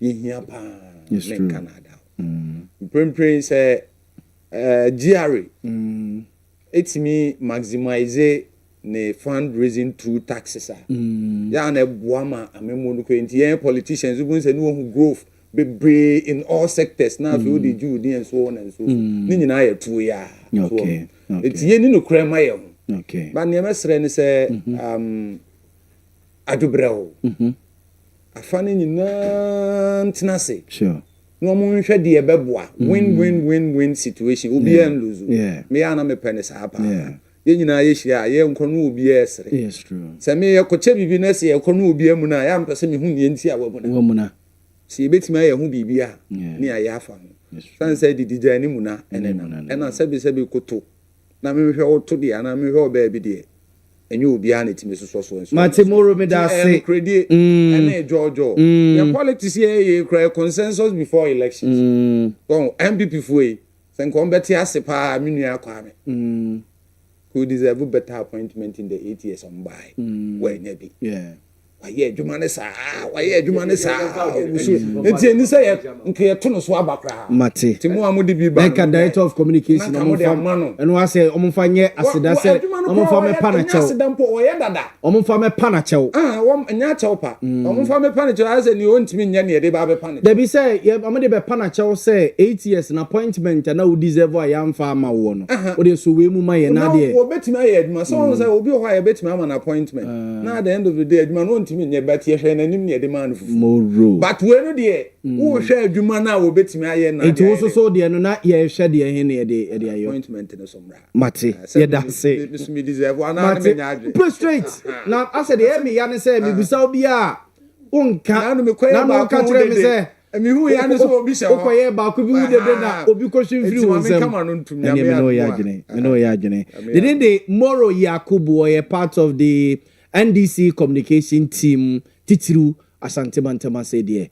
we are part of their communication team. I mean some ko alaji esedu ketia leads NDC flag bearer race but almost say gap no annaru kakra enti say production team ya Grace be ya graphs na global info analytics oye no na ode amayen kakra esedu ketia leading NDC it is a by the global info analytics can one be esedu ketia versus Baumia wo Boamah alaji esedu ketia we are body by first of all among all the contestants the so-called contestants as selected ones esedu ketia na to no to be among for GDA say clearly as a person flag bearer of the party there can speculations and suspicions Jenny say, what we pay at a force and pay. Julius Debra, Professor Jenna, yes, but I said even the official on gas or contest. But they told me somehow no more come behind the scene now. Media for Monk of Ano, say, it's one or she says. But you see, it's way figures we share report now. Say if you have to go by these figures. I said look at our no Koran Quakam, a mama for we are clear picture. I'll put it 28. Oh yeah, thank you. Yeah, I thought thank you. And yeah, thank you to yes. I never said anything. I never friend never share Momo. Edea Crabba. Edea betom. And over 28. Yes. Mama Jean on cash. Yes. 6%. 6%. Julius and maybe I shall say I work with Julius. What could be? Yes. Or 8%. Yes. And Haruna 11. At to forcing 19. Undecided 24. Yes, undecided. And others year 1. Others year 1%. Okay, in Yaw Boamah, 61%. Then support us don't get here. Okay, in Yaw Boamah, 61. And a support. And I'm supporting. 71. Yes. 71 and 69. 72. 28. 72. 72. And support. I don't get here. We don't talk where you know. Yes. 72% of the party members and support. Because only they need another clear say open. Yeah. Yet 72% and support. Yeah. Now, the likes of Atufosina, no, where no my only Obia or 42 versus Haruna Idrisu. And I can tell you, Haruna Idrisu cannot contest. Why can't he? He cannot contest because, listen, the nature of NDC now. NDC for now, 16 years I train me now, it's been led by Nodna. For the past 16 years. Since 2012, officially, your mama became the president. The leader has always been there. Yeah. One leader of the party to the president. 16 years. Yeah. So it's very difficult to send it back to North again. Is it Haruna Idrisu? No. That's why I think Haruna Idrisu, Operation Jim May flag, but maybe now I got Talia investment. But Haruna Idrisu to me is out. I like him, I admire him, but he's out. Haruna Idrisu, Professor Jenna, one of the finest flag bearer now. Omen running mate. Yes. And yet at force him. No. Haruna Idrisu running mate. That means you are breaching the gap. You are breaking the gap, no. Yeah. And the trend, no. You say I can't about it. Then a better man opportunity to. Okay. So showing this year, he started with Owia, and it came with Akan. Yes. Then it came with Nodna. And among all, no, Nodna and Owia, no, and a little long. Don't say okay, Nodna no longer because it's 8 years. Yes. Over Akan, so I tell us eco position 2 years. 8 years. Okay. And son of Sabai, it's also 16 years. So if you we be cross. I could bear 24 years. At times, 12 years. Yeah, 8 years in the position. Yes, 8 years. 12 years. Yeah, we're 12 years. Yeah. So they were longer serving, not now, 16 years. Yeah. So I don't think this will continue to give a not now again for 20 years. A very difficult. In terms of this, for me, it's out. Maybe I animated here, or better. Okay. It's one of my role model in politics in Penasa, I admire, even though in Canada. Okay. But I know so. Is out. Now for Ato forcing. Yeah, Grace, for your call Ato forcing. Say don't get Ato forcing. Over Ato forcing now. Ato forcing is yet. On the it's even better than Haruna Idrisu. Yes. And you know, Ato forcing answered the kind of intention say walk. But because among 4 believers say Ato forcing is an Akan, which I may attract more than Haruna Idrisu or not now. Ato forcing I shoot from 22 of Haruna Idrisu to 32. I'm saying you get drop from 42 to 37. Wasn't Haruna more than 22? Haruna was 22. As against ASC, you know. I said you was 42. Haruna was 22. On the side was 36. Yeah, Grace, by Haruna Idrisu, Haruna Idrisu, I say don't get Haruna Idrisu. Haruna was 22. Okay. We were 42 and no 36. Okay. But over way now, Haruna Idrisu, where other one. Ato forcing, I should go. I got 32. Yeah. I'm a Papa and I said 37 and on the side 31 and the twin said okay on the side now I says Warina I'm shift on mine and they went for Ato forcing even Ato forcing declared intention. Yeah, that means say Ato forcing so the economic management no we are talking about where our activity with the grassroots directly that interface you know Ato forcing yes I know but anytime there's a shift of this on the side you know a favor Ato forcing I think that is losing. Yes. So far, I be just say 36 na about 34 no e be akwa say educator cause educator one crowd cause educator go say 43 yes I was saying but only the crowd side reduce by 5 percentage point yes am be advantage of 32 yeah it means that with all the talk crowd educator here no still it doesn't have that acceptance that of grip of yes of the grassroots nti eno de amaye when ketia 100 so ese do ketia at 42 so we shall so get 42 now I with 100 so I be catch say oh no he can't contest because of 16 years of ordinary so he can't contest. No, only what I say. Or Kokra now, I hear be yama. What if Atoforsen so no be Atoforsen running mate? I because the best bet a running mate. Okay. Sir. But to become a flag bearer, I bet yama. Okay. Because it you see, NDC say, Omo very dynamic now, unlike Kareno. See, they will be thinking say, I have reduced. And do share reduce now. On only the about 22. But don't move ko be away I can bias. Look at me, I could do. I got 32. 32 am I say look at Lusu. To me say this is very young Akan boy. But my heart say look at ya. But look at ya age in favor. My is it Julius Debra and answer there's another one. Yes, Julius Debra. Third one net that form now. I say doing Ketia versus Julius Debra. And I say doing Ketia that's one 43 now. And undecided 39. Undecided near 39. So I was with Julius Debra anytime I say look at a conference will be winning. Yeah. Also to me about 50 plus. Yes. Because I don't want to so far what I say. The and still you cannot get 50% of the electorate. Meaning say 39 way that way. Say Julius declared intention not say campaign. Majority will go to his and because with as a friend saying Papa they say Atoforsen and shift to Atoforsen. Yeah. So my point is that then I just say I said don't get between 42-43% between 37 to 42 I don't know. I save. Yes. Depending on who becomes the flag bearer. Yeah. And the way now, Omina will be making any attempt. I don't know whether maybe a moment Rebecca, maybe underground will be sending messages. But openly, Obey be a man who say, I said to get one and movement. The door on one declare, but to be at say Papa per se or contest. So my point is that we share NDC way now. You can see say the NDC as a party are gunning for more youth.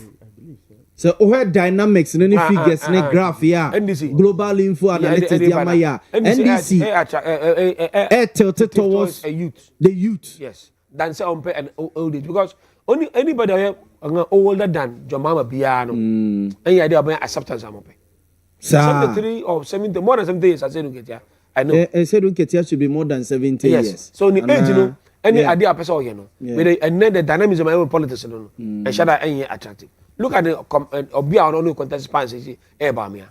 Yes, less than 60 years. Dr. Alaji Mahmoud Boamah is less than 60 years. 62. No, he has a 61. 61, 62.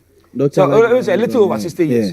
Vis-a-vis Obia over 70 years. Yeah. Number be better. So I mean, visa even though then Crofai Bobo Mudi now any official and Kasem contest. I said they could not break even of the friends. I didn't doubt. See, I saw maybe more. 59. Yes, you see. So I say about working more, and I say on looking. Dr. Alaji Mahmoud Boamah was born on 7th October 1963. As of April 14th, 2026, he is 62 years old. Yes, he celebrated his 62nd birthday on 7th October 2025. Yes, and he's so he be 60. Yes. So I said look at almost 10 years. Yeah. So my point is that though I said look at here, one of the person I was 7 party in the last time in now since we free parliament by 2004 no. Yeah. Was spending the time in now with NDC. But it's the longest serving general secretary. Yeah. Was board party in now the time in now be out there no. Yeah. The party me feel say so far no party believe say somebody could have 70 years. Yes. Somebody 69. Exactly. 70 this year. Somebody could be better. It's all in the bad than I see. So my point is say so Obia intention be as because among the limb no on Montie because listen the more you delay asema okay then I just say we Professor Gina no Pokwajiman out of race in the crowd. She's getting to 80 years. Yeah. I don't say more. Professor Ginano, I'm telling you, one. You see, let's be realistic. You see, we're vice president too. Oh, and next year I tell me so sitting vice president in the loose election. But me, I was sitting vice president in the loose election. But we need a party. I say, but it doesn't. It's not about the party. Internal, let's say you get internal. Wait, why we need? But then, to make I say, whether vice or not, I record Atamos was sitting vice president. But say Bamia was even Jomama was sitting president. Olusi election. So 1 year number year and found new title Aguta. And maybe our free. So my point is that if Obi we didn't this special contest election now, or any intention.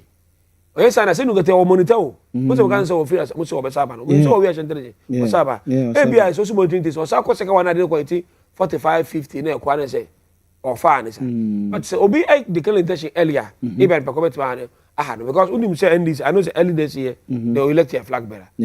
By since MDC, MPP the guy MDC MDC a check crowd. NDC by the end of this year normal year.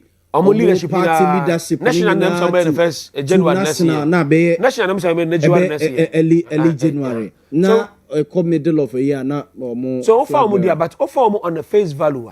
I said look at this more known than all of them. From Atu forcing and as I say so on face-to-face interactions with the okay. But me I believe say on also what among for national in the party. Oh, I among for national in the party if say so person move on people must and on should sit down and try on settle down. Listen, Kwanya how to reduce fast lose leadership as minority leader. Kwanya Mubarak lose as minority chief whip. Minority chief whip. Kwanya even a photo Afusampo for election as national chairman. Adibia is hunting as don't get now. If all this Nipa mention Mudi, I'm issue it is so more be payback time at this time. This time.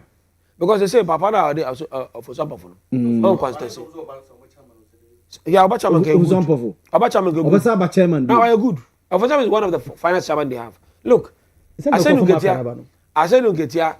Smart. Because me I said you get here to convince NDC. Say election moko 2024 2020 election. Chairman mum and also quality results no I would now was so surprised. Say NDC 42 they were convinced Papa na mama quality results na wa and secretary and they were convinced to what Papa no. Instead of how influential as we look at it. Malaja no so to tell you said the man is so powerful and influential. It will be more convincing and make us say no. That I didn't know any mindset be. That I not carry. I did open. Olusu sir. Yeah. Say that on the power. Say power. Yahoo. I did Latin also. Yahoo be a color. And now who should be for example for Yagaso or be player say look at the mafia. What do you think will happen in this region? It's true. If I reduce with his influence enough, I reduce enough in a year. It's true. All the northern regions in our cross. Yes. The late Dr. Mutala and Yango Panjin in Crescent. Mutala Mohammed. Mutala shoot. I reduce. Okay, so Mr. Ono he failed to man and cover. And find out what happened to Mutala. He lost primaries. He lost. Yes. Later Mutala have to come and negotiate to reduce. That's not back. Nobody take away the look. Your mama have to go to a deba. Then go pa benefactor say, "O man share and pama reduce. I'm planning for future. Or your makona just to bring things down." There's a group about a mark. As you look at the one say you shouldn't even step up north. Yes. It could with time not do the chairman be wuya. I'm going for second vice chairman. Could you go chairman? Instead somebody chairman and first vice chairman go chairman in Tokasi. So papa, I said look at with all the experience, you know, or mafia. Honorable some of his papa. It is some of us upon the backer. It's the Jabed Diamano. Even if Mubarak. Want to play mafia? I should tell Jabed Diamano. Because there are guys that also grip or NDC mu Ashanti region influence in them. It is occasion also be playing the mafia because of quite very fast now. And it's so bad Diamano. Because the ambition ain't bad. Because level I could do as chairman. The only thing left is flag bearer. Flag bearer. Okay. But on for can be so. And no crowdphobia. The pebia we teach you so they show okay. And this are the so bit sim. Then the pack to me convincing confirm and mention we didn't get almost a partner. I think the bed is be. Okay. The day at the Alhaji Abdul Salam Isa Mania Jesenia wa fano a slide by slide amid this and more remember hope because it's in your party. And omo van to sir omo nyim free so omo nyim free so mate I'm not going to speak to numbers mate moro me pe no me pe baby a wo de be free aba no me pepper go there who within who I respect the more of because of free I share ketia no problem okay it's a nan one here over to the commando to get okay the devil is always in the detail see me answer info analytics there. Global info analytics is playing to, and someone or tete. You see, in the NDC now, Obi no declare intentions or over flag bearer. Oh, but Guru, yes, Obi declare. It is true, Obi declare. Obi declare. Yes, it's true. Politics, I say boxing, no should be a bit here now, so we don't know boxing. More allergy. Any problem. And politics, so there, I thought that a game of perception. Oh, that one is true. The what it no, yeah, too far. Speculations, and the allergy. I think I shared that with him. And he has analyzed it based on But as far as I am concerned, now what party? No party anymore. There will be no declaring intention. Now you're an officer of the party. Exactly. You see, General said don't get a national chairman. Ya to aba every. Ya to aba ni wie no. Ya yi president. Then you no court ya to aba man. President ne ba ya no. Niema aba I was say within a nation a dozen problems or inherited. Let me quote a CSO Snibby Dilles on a man Dilles Finance Joe Jackson yes Ira Anado Danko Kufuado president former president any Alhaji Mahmoud Bawumia ama economy no atete asay upon some say kunte bentuma widi ni obeba be so bi abebre sana Joe Jackson kan okay enti adwuma ho the president focus should be on adwuma no especially the resetting agenda enti then na ye be ya ye de be boa because party na wo aban party no awo aban ama aban aba aban so also serve Ghana for party ni so kan it's true but party for do na so one way or the other e bia no obi nanam koba ye bre ni ade no nkro no ba ye ni pande odidi oni onidi ye ha no then ye be ya ombeto omo ho ase say ade ni nyame bo ade according to more Christians men find say say na be ya ntiase na be ya adwuma nyame bo ade sa kusi ni na ensonso ana me bo yes nti edabia ne oye de boy nti entimi ma say at once will be benya bi nti you need leadership to calm down to assure themselves when we so obi anya interest wo de anya dey emma na yin Kenya party no say it is in line with party no reorganization you see be started branch elections there you can trading ye ba be started branch elections if you are near constituency na ya TSC region into between a say do get any ato force and the end ka ope me PNDC and you see between a say do get any Haruna so the end ka ope me PNDC between a say do get any Julius Debra ka the na ope me PNDC. But I love all these personalities. I love them. Professor Genano Poku Ajimano so. I love NDC, but I love all these personalities. I love them all. Because they bring unique leadership style to board. So what I say. Until we are blessed to have these personalities. Say a brand of songs or mubia unity.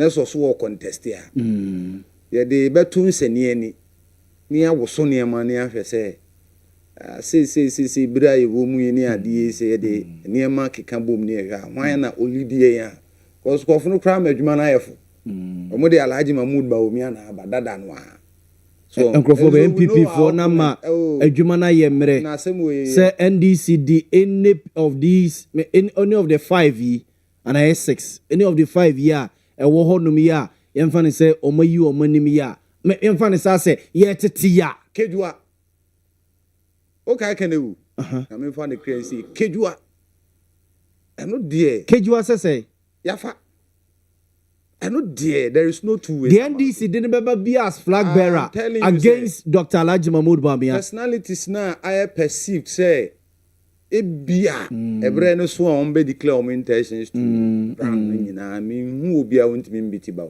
even for analytics or yes I do so aka ana me boa alaji ana wonte ye was all these personalities here perceived say bi on betimi aba won mu bia bebo alaji Mahmood ba nti but mama adwuma no so when his statement now or say the narrow or say the gap narrows. And about maybe about 3 months ago, research work or or this answer maybe 2 Jano. This time or catch say no gap no so close eba. And the next 3 years away enemy. Bibi abetimesi. You see, and yet too early. Moments.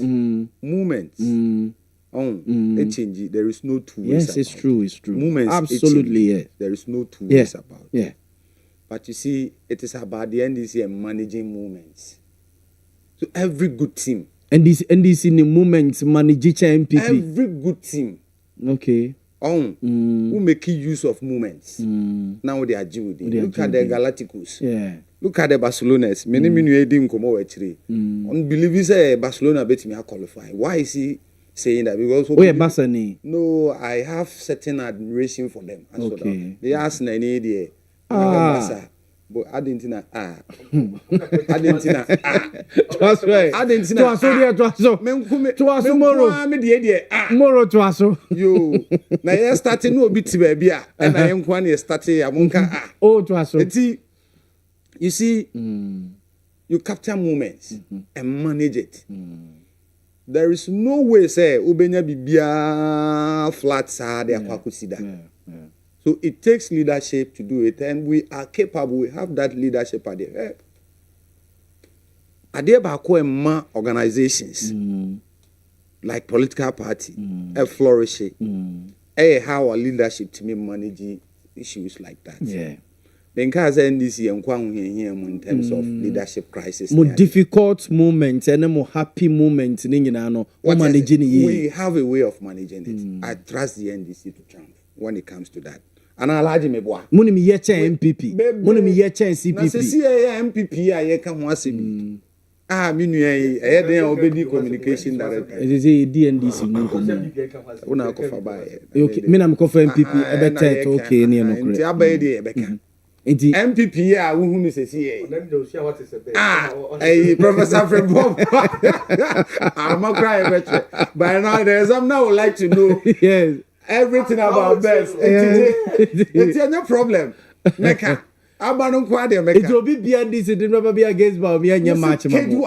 Hey. Boom. Moro too early. No, you see. So betimi aya. And I can say me. Among forces who feel say NDC will be presenting a year said they will be presenting a first timer. And in the history of Ghana, your politics ne ya battle also no. First time I be also no any nkunemuda. In Germany difficult. Emma 2028 elections na. Historically. Na also so who say historically. In this fourth republic. Is it President Mahama Nkwano ba first time we win yana? Yes, now sitting president. No, a sitting president. They be Owini in 2012. In 2012, yes. When he was the acting president. Yes, Owini. Only the 3 months. It was so shocking to other people. Look, Papa before I catch him say, nah, I better then so be BT. President Kufuor our system. The President Kufuor cross started politics before President Mahama. But my main can say in the history of the Fourth Republic, I guswa iwu. Obi a wabedi president bi ti asem ni yo. Obi a wadi president bi apart from another dango Kufuor started from the scratches. On the no demonstration on the shazi and so for amount for na ye mpreko no omo baby I no be na pizza so but me can omo start political real organization free form so on the sorry ye de ba begina baby omugina ye o talk of man penny Kufuor baby starting the political dey any hon crony ba we have President Mahama. So you can see, say, some of when you know have some grassroots, you know, vibe now when they ever on board. But you cannot say same about Alhaji Mahmoud Bawumia. So even in the MPP no crowd will lead, you know, I cannot confidently say we're doing 20 years as a member. Already more than 16 years. In 20 years. And I want to be fair. I Mills. Penny Wufina. Mills. Zina Oye GRE boss. And I think say it was Maham, a friend is a former president Rollins and a GRE. So little activities, activities in the NDC. No, introduce VAT. Exactly. Even though he was a CPP, tilted towards the NDC. Yes, sir, there were similarities with Boamah. Mills. Professor Mills was similarities with Boamah. Well, at the time about Boamah, so MPP, no MPP new. The same thing, so Mills say about NDC. Mills say bray. Yes. Mills Brepa. From 2008, from 2000, maybe. Yes. From 2000, about 2004. Yes. And at 2008, to baby near. And even when he became president, a certain president, he contested. A certain president? Yes. When a contested, no? Yeah, Mame Kunadu, and blessed memory. Funka games. Exactly. And then a catcher say, on your grassroots person. As a moon who is a party. Party for me, I no muhuno. Kwame say, or a grassroots to me. This is a Sasuna Dr. Boamah, Kwakoye or MPP Moses. But Obre Yena Ubedi Adiu. Mills be dear, do an vice president, and also a vice president. So even though Kwame Mufa will be different. Mills were finance background, only introduce VAT. Exactly. And now, or the GRE, son, or the rap politics. Dr. Alhaji Mahmoud Bawumia also called Bank of Ghana. And or the Namsa, or the Ababe. Into almost Namuntos said, Unim. Mills of course said 3 times. 3 times. And son Obedi president. Yes, Dr. Mahmoud Bawumia said 1. And you saw how vehemently they fought him in the NDC. And only a go free money. Other parties are a reform party. Let's say Bawumia so to me my back on a former trade minister. Exactly. Alan Atia film say say back be better film. The friend base, the base. And the minimum more year the bam mate. Mr. Otie say Ona wokan. Adia Samira ko. Ona wokan pacho. It would this year. The American say. Coffee obo omudin nyina. They all have that grassroots backing. Connection, no? That connection is there for them to have you know, massive support. So you say a 2 mana. Now say you're checking the year pa. You 2 mana. Obenya sa grassroots, you know, support. Support no. Exactly. Okay. But we hear MPP ya.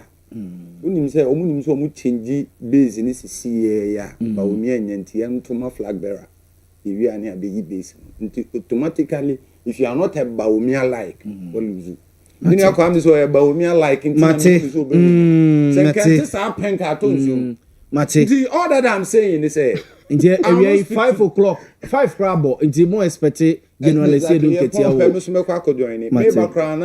People have started gearing up. To the American and say, I'm not speaking to any numbers in analytics. Even though I maybe I don't come on the fire. Many are just pass while started say figures and I respect you don't speak to the figures because for the past 2-3 years, I think say accurate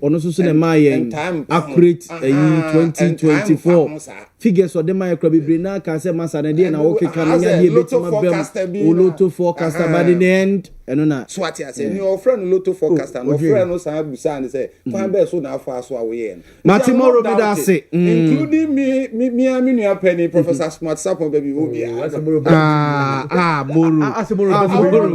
but what that I'm saying is Moro now this year what's you? Na se brand duru a. Omo e pe flag bearer bia no be you omu to end this but for now obi enu o unity. Mate me da se Moro Yakubu na mote ne nka ma me enko Dr. Keskin wo. Keskin the Moro ke kan de besi ye nyina. Any figures here that screen. So yes, global info analytics am here who say esene ye kwa koto ba whoever NDC din bebe bia no ebe BT Dr. Alhaji Mahmoud Baumia according to global info analytics. Sa figures we Esiedu Nketia Ato Forsen Haruna Idrisu Julius Debra Professor Genano Poko Ajman MPP Emumu.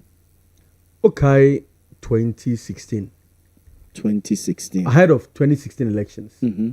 Survey Bain and even around 2015 the car said another by when abano 2015 yes almost every survey you ready to go see now say musa de be figures ne so I want to show you something yeah grace patch for figures na am I patch any I want to tell a story on say what global info analytics ye nyina ne say now saying with the stories be the pictures we are not finance ministry or numeric. I'm saying Jubilee House. I don't know if you saw some of the pictures. Yeah, there was a picture near circulating. Emma, Julius Debra, assistant back because say, "Omo opeska omuntu omumen is kadintina oyesa." What I see happening here. Julius Debra assistant. No, like say 8, like one of the show on Facebook. Say wine pesca.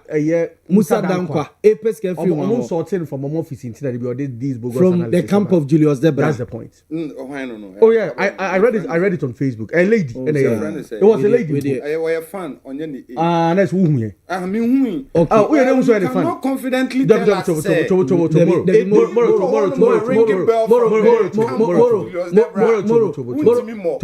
But they know who you are. We're fan. They know who you are. I'm saying or speculate you. Matthias. And that is why I'm saying. Matthias. Fan on Facebook. Matthias. First, me and Tuaso. First, me Pacho. Mr. Moro. First, Moro so who post, but who's in back fan. That is how Moro. Oh, Moro. Mr. Now I'm not coming this for you. Diego Moro. Moro for 15 minutes. Because Julius Debra 8. My boy A and B and CD. So what is your worry? But Moro. And Moro is a fan. I say, didn't they are but fan you see the person to be a fan of Matthias. No problem. Oh, I said out. Matthias Moro. What? Say. Me ba chomo nsama me figures no. Why not a word by onim said you get your turn away in campaign way? Why need this will be our own kind of credit to start with. It's a saying get here as step it out. Now we're engaging. He's been with the NDC base for how long? For God knows when. What do I say? Why general secretary all true and true? I bet chairman. Now we're engaging in ano 28%. It tells you so. Omo munyansimu any engagement no. Omusima the dynamics will be different.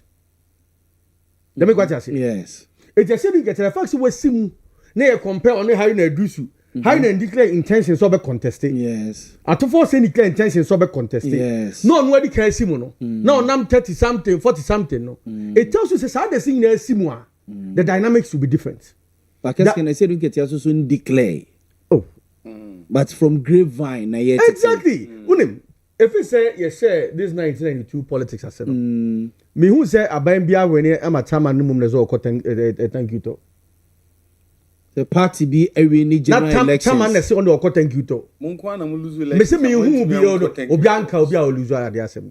Me say obi a win. Say be your time no. Ebi me who be. Obi a onim bia no even it came up there discussion.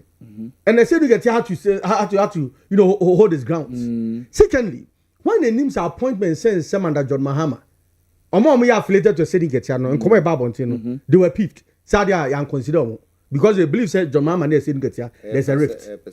It could be a perception, but politics is about perception. But see say even DC appointment they may say don't get here say because the local government no they just say don't get here. That's true. But other appointments no it could see say no, come on, so you can sit here and pretend. The other thing I say, yes, here and they say, Dr. Mahmoud Baumia as a candidate, the success and the failure does not depend on NDC, It depends on what MPP is going to do. What I say, Ye base and I say working on. Now you crop for air solidified as Okay. That's how come you lost the 2024 elections. Na mu base in ye. Ye mu and na ya mu your issues. Okay. Kwe unim MPP ni ega se onko to aba the bufu a onko to men this you baba no onko to. Se MPP ni eka se onko to aba ono onko to ma NDC. Is o so onko to no meje to wan to aba no. Se ja ko to aba no and anka NDC margin na munya ni 2020 dia no gap edem ebe 500,000 say na go for manya bebre na say nkofo bi akwa akoto mo but look at the number of people register o money bibia na still na Mahama the president ni margin na wonya ye nyina na ya about 115,000 more no it tells you say ye nkofo na akoto aba because I'm partner your division so emu and okay this will be on san kind of cray if you put your house in order that is all it takes. Your success doesn't depend on who NDC is going to bring. That is why who Musa Dan Kwa survey. I asked him, does he even understand that political space now also survey? And that's not the question is be two a top one thing. Okay. What do you say? And then be no survey is subject to certain factors at a particular point in time. Mami here's our survey we are. Okay. Obit say how you know like Salam was saying up north. But how you know this so assuming say at force a front runner. Also at force one more rift dada. How you do so yes force from parliament is seminal and partly. Okay. That is partly say how you do so through Honamana at force and be and he was people. Say almost see you Mufio. Say so you get see you Mufio. At force was the ultimate beneficiary. Owia you know who say 2025 how you know so by recruit teachers 50,000. Yeah. Amaso abro any interview that's no kind. Was it finance minister and man clearance? Yeah. And at the undertone, Yanni say, how you 8 me born what the major Ibra, how you budget fans? The popularity a costro who be one of the rival. Still a benefit NDC party, no. But over interesting so. Over interest. Individual interest. Abra, I said look at Yamu Harry and Ne Muntaka free hon. A free hon. Almost say NDC interest. But Muntaka Harry were they happy? There be. Exactly. This politics. It's the dynamics in here very murky. Look at a strong person like Julius Zebra. The level of resources and influence Okuta. The boys don't move system anymore. Can anybody tell me say Julius Zebra a pushover in such an election? There Can anybody tell me say to force it? Sorry, who's a some defense minister? There resources and none in some need somebody. Okay, one is actually acting defense minister. Say yes. The question is say. If someone your system candidate, I don't know more resources in this. Christmas time, not to force and sorting and this for cash. I don't know more Christmas gift. Let me quite say. So people are doing things undertone.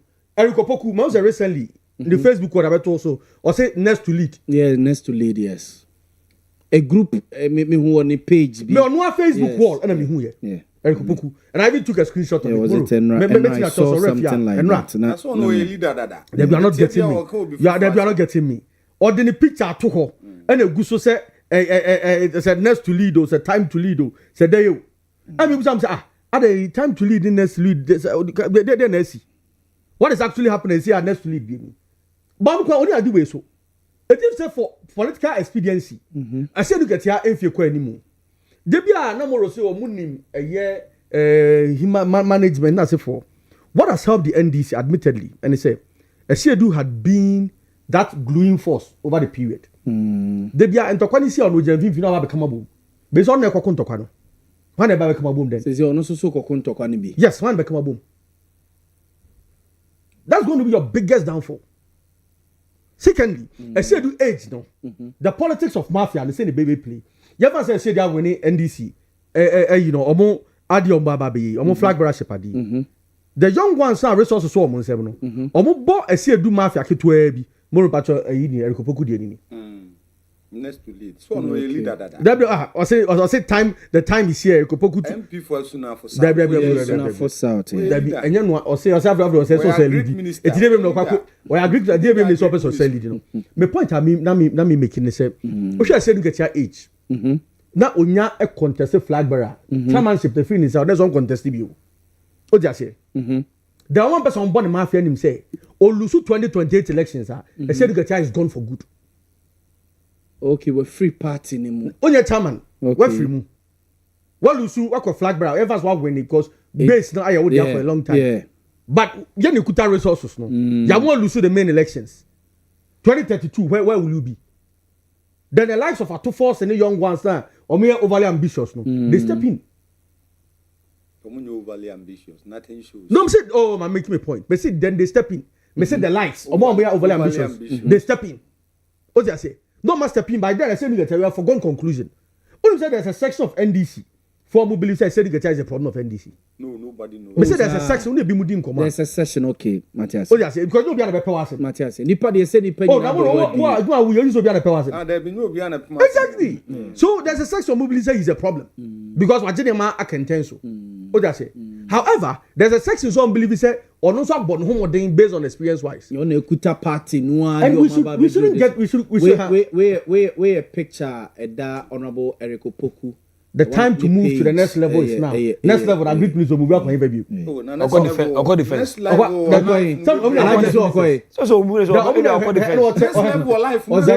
time to move to the next level is now. Our assemblyman, our minister, member of parliament, or deputy regional minister, agree minister, or a cabinet minister, chief of staff, vice president, chief of staff. Vice president next to lead. And that's lead one point. Speaker of Parliament next to lead. Even chief of staff. Chief of staff next to lead. Okay. It's Julius Zebra. It's your Julius Zebra. Me met me the biaba. Also met me the biaba. Okay. Yes. But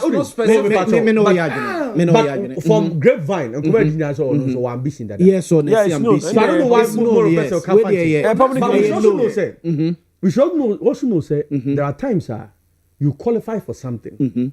But nya nima nyina na efata wo. Okay, ye wade nyina ho. For instance, memetie am Parkeski will PhD den. But ne danyane ne ka say I am minister for energy because we dey super. Why not you can perform? Me ka say mintimi o. Yes. But nima bi o ho no a certain level like what I say, obi o ho no we qualify who na nipa kon qualifications in now. Yes. But nipa kon efata headmaster. And e bi so fata teacher. Yes. What do you say? Yes. Otina bi no, yɛfa ne sɛ ɛsɛ ketia general egyina hɔ. Na yɛwɔ ɛyɛ Haruna Edusu gyina hɔ. Yɛnyi the northern nneɛma dan fi hɔ. No many yɛ gyina hɔ no mu a. Na go per president and also who be the leader of NDC a. Wana nka bi no. Woni sɛ so no anya NDC. Meba. Me say na wana nka bi no. Yɛnyi NDC sɛ mu nya mfiri mu. Ɛkɔpɔku gyina hɔ. Ekopoku with the speciality, then the intelligence. It is all the personalities also. Okay. Say personality. Okay. When I say personality, but Makasa some. What's a party never yet? Makasa some. It's a factor. No, that's. Baumia ha. Never said get age na ha. Reasonably. In terms of knowledge, everything. For party management, sense them no a good thing. Yanka amemu. Wana befana. Obusubakacho said Dunketia also has been able to manage NDC party. NDC in Ghana. What diverse. NDC in Ghana. Because a section of Ghanaians. Because the whole thing is people are confusing party management and the state business. State business. NDC mono. More of a town to be. Say different environment. Yes, altogether. Asamba when this more about can be. No action home. But what do you mean? Can small about put good phone can be. It's true. What do you say? Go phone call demonstration. Yeah. What do you say? Galamsey says if I'm a toso. Let me what I say. Oh, yeah. So party management, any state management, they are two different worlds. It's true. That's what we all know. We're very good with party affairs, but about the business of government, or if I wanted. Let me give you an example. Joseph Yamin. Joseph Yamin is a fantastic organizer by all standards. We're Prempe boy. We're Jumaya and Yamwa. The president, but Joseph Yamin, a deputy regional minister. The attitude of a year, sir, also NDC secretary, yeah, no, a regional secretary on the bed. That's of boisterous attitude, no. What's the critique attention between the boss? Yeah, Mekai.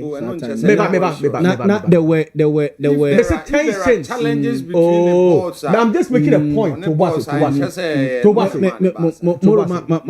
point is say, party management, I'm a secretary, no. No one more can umusa questions. But Sabrina no yes secretary. Exactly. Sabrina no to me at the force of yes. But in governance, you have force. But no, be deputy regional minister. There are certain things. What does your force say? Your question. You are being catered for by the taxpayer.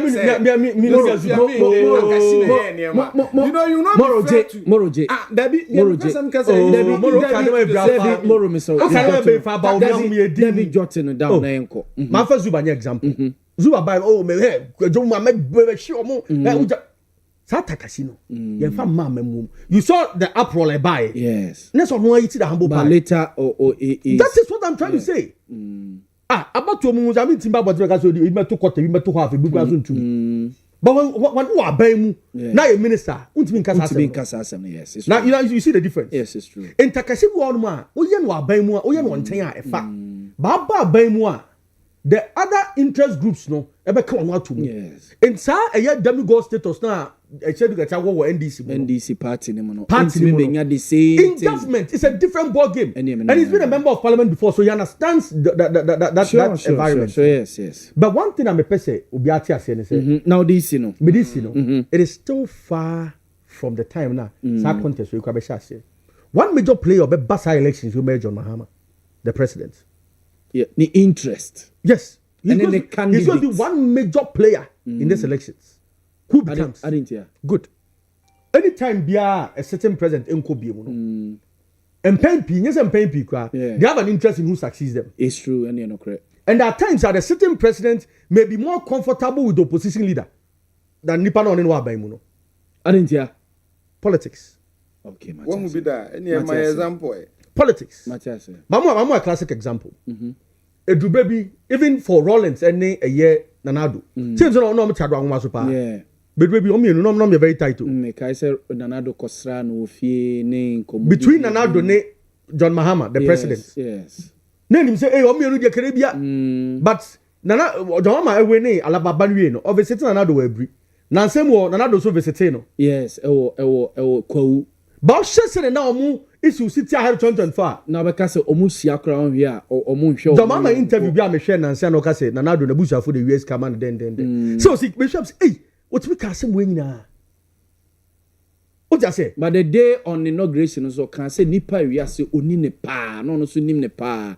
Former president Nanado ene or succeeding. What you say? One a friend no. Also a friend Johnny, no so obodin bi or the friend Nanado. Also no kwa na ka chen say the space here round. Na Nanado asere. Omo kwa mienu. So the point I'm making is that John Sano, Nanado be feel comfortable with him. Dan Boamah. No, that's what I'm making you. The point I'm making is no, the point I'm making is comfort. No, that's what I'm making. No, and the NSC 2024. No, we saw like that's also that scenario. No, can't even play. Exactly. Can't even play the out. But it's politics. What you be taking out? Matthias. It's depending on who John Mahama likes. Anyway, that's in the Pakobe winning and that's unwinning. And so being an effect in 2028. It's true. All those dynamics in there go. Tell me once we said I'm quite jumping the gun and away we shall with the way by when it is said down or to teleport to the home in 2028. May I say Dr. Keskino Supoku and Yete no and Kanalaji. Mame ensa mra o se bia wo 1 or 2 bia o pese o chipi ina na nka me pese nkomo we ye dipa nkomo we national service for no and there's this issue ayi ye nuanom mo ton kusua no alaji o mo raise nkusua ni nyina pro poultry farmers no because Ivory Coast Burkina for no ese omo nji ye nkusua ni bio and mitie farmer bi wo Eastern region Kofodua they are meeting demands are free or more locally. Yes. Yeah, no. Omu hia biem. So ame so mo de akwa sign 5 years ago yesi nkokoyare ABC wo Ghana nti wan we a ebetime pie okusu na mze na mo ananse story a mutu we ni hwe he but utietie mu a omsusu no omo farmers no adu a certain point a omo produce enough nti omo fi so be consume omo farmers ne de no na ne se Ghana de no ebi ya ba begina die ebi ya ba kosia yesi mienu ye 5 cities mensa 5 cities mienu 5 cities no fa area mensa 5 cities mensa 5 cities ete say ntimonte so mo mensa 5 cities na ete say esusa na porti figure to for you ma ho hwa hu na waso na porti figure so hu na waso nkite na me porti figure so No, easy. But what any serious? I don't just say it's a poultry feed. One of the major things in poultry feed is starting. They make an say. You see, in production, you produce for consumption. And when you are producing, no, any concern national service for no. One thing I also consider one a cost of production vis-a-vis the price of the commodity. If some producing microwave, yeah. If metal produce microwave at a cost of maybe 30,000, what is the price of this mic? What is the price of this mic in the market? It's not about production. We produce when it's a cost 30,000. A jump send a ton. Yeah. At the time we produce, if the cost of production is 30,000, now you turn jump 35,000. I know say the yam, my yam for so. Because maybe come market going to be the more wholesaler 32,000 krana. I make a profit of 2,000. But some producer I need 30,000. Say market, you know, 2,500. In the first place, I shouldn't produce. Some producer, I am the determinant of the price. The me the backup market and make us a because I'm the sole producer.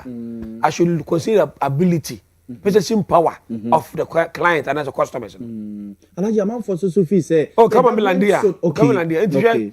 So, Nancy, Canada, China, Nema, Uncle Europe. But Europe realize say if I'm some nema per European, a bit is the cost of living because Gucci in America or Gucci in Germany or Canada no will not be the Gucci in China or Gucci in any. It's true. Yes. So I say Germany into Gucci. It means you have to increase your salary. Yes. Or got suit €1,200 the salary a month you're saying. Yeah. So you're also okay. You can produce and bring your product in a country, but at least you have a certain standard. You should meet it. Not price in the Embra form below here and a ton expensive. No. Yeah. And to your option, you can go into an expensive Gucci, shop. No, and I go into low class now. Okay. By the end of the day, obey at NATO. Okay. So what it means is that at the time of your production, we look at the ability to pay. And I said, the friend say purchasing power. Now, your system of marketing, you say way be over top. Upompo and then I say I go about producer am go kosi atobi abi factory for na produce. You should look at the market. You can look in the market say when there's an excess in production. Yeah. That means when say supply exceed demand, the price and ever follow. Yes. And because of keske nkoko we nkoko obi a one we be ko salad na nkoko ebe exceed. Meanwhile Burkina has taken a decision say all the local things are made to buy and they make sure some more be produced over there. Yeah. And then Burkina has 2 factories a year tomatoes. Yes. That policy, very huge factories. You can't export some of your things to Burkina Faso anymore. And what is going to happen? They say, some of these kosua and poultry farm, they have to merge. They need to sit down, say, you merge farm A or farm B. You merge, what we are going to do is say, now we have one products. Yeah. Yeah, we look at minimizing friends Gosiano into producing more of because normally they still can have for better. If you produce more meat, it means say young cocoa more. Young cocoa produce more cocoa. Then we challenge the market because of cocoa one more. We can beat the market of this foreign cocoa na okay. But also I'm going back. We so 2 goes by 50. Now I'm understand about 2 now. Goes by waste. But sometimes you take the market to be anto. Because but Alaji amount for Sophie say government should also intervene by creating market for them. These secondary schools and prisons in they should take it to them. Alaji the same thing ma ebro. Edu baby na ebro. Ma say video be trendy ene. So almost say ebro. A man they call say is it say Doma say baby ne sisi onom na omonto no mo complaining near there. But at least the government intervene. On to Toba stock on to Toby. No matter how government purchases, government limit to do it. Your policy they say Adieba will be a yebi. And to be a yebi, who are 33 million population. Now we buy 500 egg producers of Ghana. Concession of financial will be able to produce 100 kosi a day. Concession will produce a day. Ghana for the Russian to go to so it's about always say one of competitive advantage what they are. If you want to produce more, then make sure say it can be consumed in the market. So if you consume a chicken, they should merge. Who are good at let's merge and stop producing more of Kosiano. Then producing more of the friends say chicken. No man for Anthony. Okay. So, yeah, that is the most of money to change. But there's a one way now. Now with the national service personnel of somehow in the national service. So be an national service. First 2 months we in the second. It happens 6 months. Tell me be the crowd say or the end. I say we dey buy card. Is which. We are going to use it for come. But I know shouldn't be that advantage of is a repeat. We should adjust the system. But me feel say national service ankasa should be looked at not about allowance. We are doing the national service wrongly. Your national service. Oh, you know, now Ghana will be agric first class in agric. National service also on airport. Airport to do bro. Obi akwa engineering. Yes. Oh, engineering. Onko pe electric engineering. Onko pe ECG bi na no. Obi ase me pete mahabo. Me pe GRE. Uti say electronic part GRE. Opede. Oh. So from the onset, you said Germany, European. Me brother we school Germany solar energy now here. Also will 3rd year. And the company will take you data. That's right. It don't take you we are first semester in the final year. In your final year. Invitations say we are. Maybe our second semester now. Yeah. We back company ABC Bible National Service. Okay. So they come according to courses. Okay. Me accounting background in finance. A bank or any finance company will come and talk to me. Okay. I take me data before Baba Nobakoji will see the billionaire that they have who say performance that day. If they interest, they talk to you. Yeah. And I buy no apostle and now work with Juma now from school. Okay. But yeah, the idea. Obi akwa Greek pa ko te BS ube ko no na airport. Ebi kra o bank.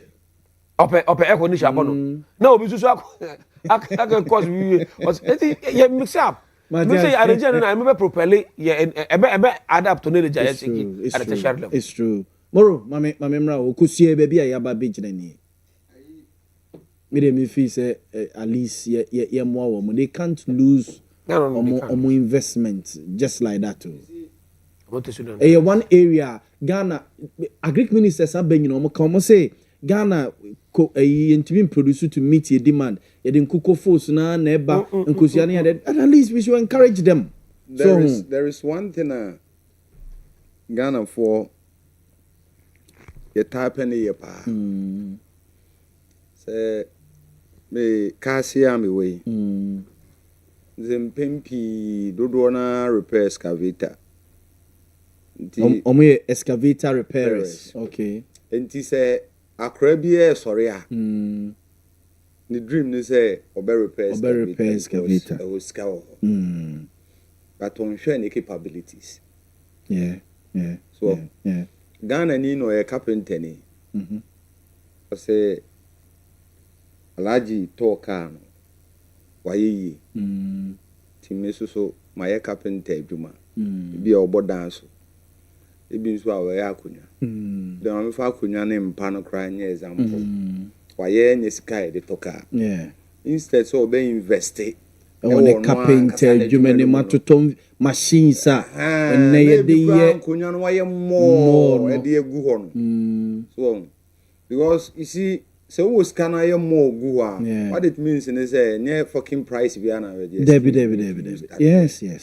So because e wa wo sika odwuma no so efe ho te what ya say nipa no kwa obesaba price bi a wo pe bi a obetimi de age ene mfaso bi a wo pe ti wo de ho toto ne wa toka na ka ebi kra ba bro no so ana mu ye de say so but then can me prefer say wo bi a wa driving and toka no onye ka adwuma to we a carpenter ni a wo so unye free carpenter mu ana de aye they are invested but ono hwe say watokas watoka and your mentality no as a car japode crossing fee it's true or dark egg ne car ne feel or dark enim but ye betu say wo da wo fie a ade say ne wo soro pa ade wo so mansion ne sa obi o use car no so won fa so sen wo bebrebe so atias nti you see ye keka portraits ka omo to nya sika o kwa portrait nkoko nketenkete na ama na basa na it could be a factor on say nkoko nketenkete amanfo aye nkoko na mama tutu nkosia na ma nkosia na bibu nkoko nketenkete first face no crown no didn't target nkosia a target meat enam na yes se be cut nkoko foods no don't say they ne we no share Boris B. Yes. Dr. Boris B. do yes. Mekai. Omuko di baby also omuko na. Omuko. Exactly. Na yebet me nyan out of na purposely for. Mekai. Means the next phase no na be include eggs ne. But say ne allergy can. You see, kusiana doso. Because eat an egg a day. Let's encourage it. Eat an egg a day. And then you can be the more. When it's kusia miensa 5 cedis ya.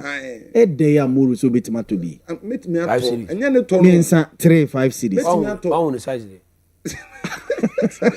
And then the size in your egg get on. And then the tone. And the counter book. What say yoku no crano? So the same thing. And I'm a boy. Because you be dimio. Ebi di me o. We told them go mu no dia no so no no ami. Go fa yoku December catch. It is about taste. So the anu so the ani meko no untumi ndi ba ko. It's about taste. So what you say? It's true. Say what the chicken to or na the kusia to you can imagine baby interest in and as a kusia no so easy obeto sisi a we ya akukọ ne afi na mi kokunu na ya koyi ni gizzard ne de ndie wakusua ndi otami ya ni ye ton na nti kusua ne ban tentem nso ya oton ya no nya ne sika na foforo asan ba ti se no aye den especially yentimi fa nko me no Burkina fo no ya hadwen yeso betom rebu ntimi nso mfa wo de emreye obi ani ni lem okay so dem no ya me kan nyina ne say as a businessman you always have to be strategic. Sure.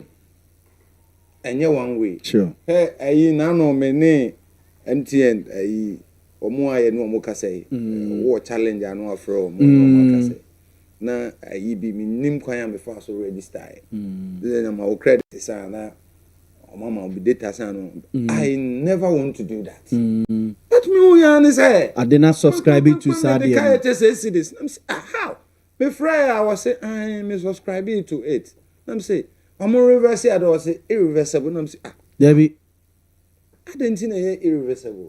Adia sebi come de opepampo na nke ye na me hu say adia ye moamia na yen se sana wo say say na tia bibie no wi ase nya reversible. Dia me ka kire na say ye one way nti na mo ye sa sana aka kire na me nkwa me gya ya say me nkwa na me di miti na nti ojore say mo eno me to chip na twene o to twene kra obi yuzu and na wo free mu a nipa 10 na be ba beto MTN. Oh, it's true. But me che say me de o kana me say me pese me tua na ye ende sa de now say o onye you know say me to chip na ke kana me ntua o na wa ball ka. But the point is it shouldn't have been the case. It's true. Say competitive ade no war system ni mu a so the career ya na kuma switch to another telco but me they call other ones I mean say amount for business o compare point a obe withdraws kakra mo it's true nti omo nkwa baby a yellow nti yellow ye obone a nti no omo mfi ye no yellow ye obone no anu so wo ya akọ matimoro monopoly no ados ye so ne ama monopoly na ye den aba ye one way dodo ye ketere man yiwe ya obi adi so wo de he obi abie container oton ne ma kakra wo say container nkwa esa Empire bonny. Oh, so obi ra baby no okoto the round okoto round why the customer it's no so akọ we die mu a ne tamfo no ye nyina ye pese ye ade ba ko moro me da say Keskin bram kosua baby a ya ba bedroni me ba kosua no so quickly na baby on ma ekoso a ese me ka ho asem me aminu ba ko baba Mando yeah see or posty be mocking the president and some of the some public government officials appointees na enunti no ya che no na ya che no wo bono almost say nyom na che sia say akra for the he was asked to report sunyan the regional police no so munnim say bisa akra for and am din free sunyan straight out to Accra adaya wako posty bibi amoke the president and some public officials. But is that fair? Currently in Kumasi, it's 28 degrees and mostly cloudy. Say, fairness is not even the issue here. A citizen can mock a public official. How? Good. That is why Abra Basinteli and Sam George, the arrogant Sam George. But that's No, Sam George, the catch it, normal. Debbie Omeba. Sam George, that's a program, so Fred the president, a pampered kid. Sam George, I refer to Danado. So if you see Danado, Trumu, Baumia, Trumu. Yenya Basintali, America said Baumia Preku. Knowing very well, so a Muslim. I'm going into that to Boise. Let me make my point. I'll let you address it. Remember, I'm quiet about me image. And the precoce in some. Marcus will be back as will be from Kuma Yam Fumu. Because I never do all more. You are tolerating some of these nonsense over a long period. There be are tolerating some of these things for a long period. Only more don't chance non justified. Or say no, I had a baba mandu. The omo ye no, minu na ya trisco. Yeah, but far Pierre Stadium free has a concan. Now what ya Moro Mate. Eti Yami can say if enkofo emeki a post and na wo otie condemn.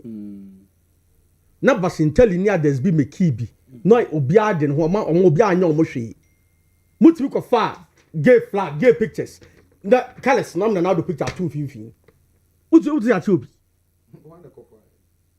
and what justify what I'm saying is say Muru power is transient and w say and am no ka say Joko for abora ko fi juma fie Covid money gan oni kwasi crowd. Abune puno. Na say hia say we Moro Mesro. Me time no akaka krem say be ya I could like na me time come that be so man time me keski me tell me say any problem any problem we marry party for whatever you want keski me tell abba ready fie ama bu me videos amehwe no e puno ne bi I said the locks. The documents are good for you. Makwa kosesa the omfa kan obi anim. Na so we come invite no.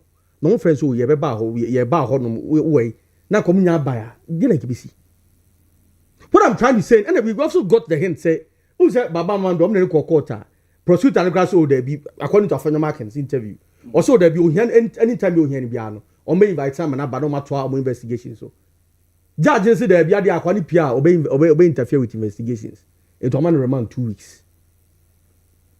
The same judge and making that judgment be like what I said like they may be order judgment be order. But what I'm saying is say the court in the report I mean say there is tomorrow. Some civil society are the say they are the conscience of society no. They should know say on this there is tomorrow. You know, politicians say better justify some of these things. No, we should know that there is tomorrow because the likes of people be any friends of us who kwacha a papa a dig yard they say now will be obviously they go to me. You know the TV so I guess another yari be na then Felix yes on TV3. Almost every video. I say Alaji but so Felix of Fosuka video was another ARB being yare basa do bugu na do so but head of the elections meba who so producers I'm sure Kofi Juma video meba okay Maxwell honorable Maxwell Kofi Juma Moro nothing trust her provide una who can Felix meba say video na video honorable Maxwell Kofi Juma the fear they were atonso ya okay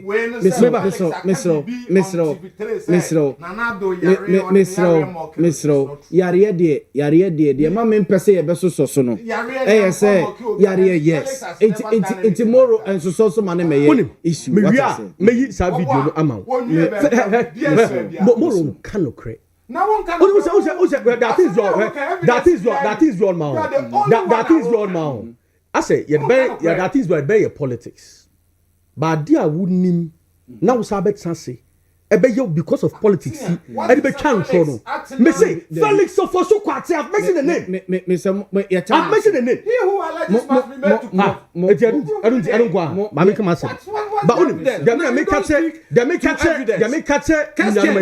don't speak to they make catch me this for say evidence you on my boy Felix you can take me on mon kan me na maka and I'll show you the video who boy be video be me say the NDC for you they should know so there is tomorrow ɔtɛ bi no ahwɛ ma me we bɛka so konya no man ba sɛ ma belo kosua bu kan wa se wonka because sad man no mo ye no o se do bi a it puts all of us at risk ya can so a na still na wo justify a throw tantrums amando adan na wo se okohuru pani na when na who Nanado there my friend you got the useless Sam George calling Nanado useless on TV of Nanado was Nanado the useless Nanado he said it on TV3 Sam George yes Sam George friend Nanado useless there be obi fum kuma yem fum ja sakwa we your national identification yana kuku on the Facebook wall was it the useless Nanado is noted for flirting. We are on this big platform I'm telling you. What I'm saying is, what I'm telling you is, Sanya Mana, you call it triviality. Triviality, and John Mahama. And this is for Modi Baba Mando Kwako 2 for 2. You call it trivial. You call it trivial. Then John Mahama is a bad leader. Then John Mahama is a bad leader. Gentlemen, John Mahama was supposed to be a president. Look at him. Gentlemen, John Mahama the president. John Mahama friend Kwame. On your president. Also John Mahama friend John Mahama. What about John Mahama did wrong? John Mahama. I don't know what John Mahama did wrong. Also Mwadi, Ukwa this go no. John Mahama has been a bad leader. There goes your time. I don't know. And you are justifying this. There is tomorrow. Mr. There is tomorrow. Falisofosu Kwati sat on TV and says another Yari. You have a little time. Manim Puli. Send another Yari. Bebatuma Puliyama. Let me Pulima Let's get this on record. You have lied. Send me say Falisofosu Kwati was irresponsibly calling another sick on TV. Sam George. This man sitting here. Sam George called another useless. Say Sam George. Up to your friend say. Credit Timu Okromwa. Out today. Credit. And call credit. Facebook. And that was a joker. Casket. That was a joker. And the joker. That was walking. You are so make me a taking. That was a taking. And maybe that gentlemen. Casket. I'm not taking. I'm not taking. Keep it on. There is tomorrow. There is tomorrow. I can't this in here. We are supposed to have a we will expect all of you to set up as well. Communications director. Such useless attitude. Intelligence. Dr. Keskin also spoke Medase. Abdul Salam Isa Medase. Moro Yakubu Medase. Moro Monsareko. Who wants to be communications director of the NPP in the region? Behave like Sebi. And this is useless. And this is useless.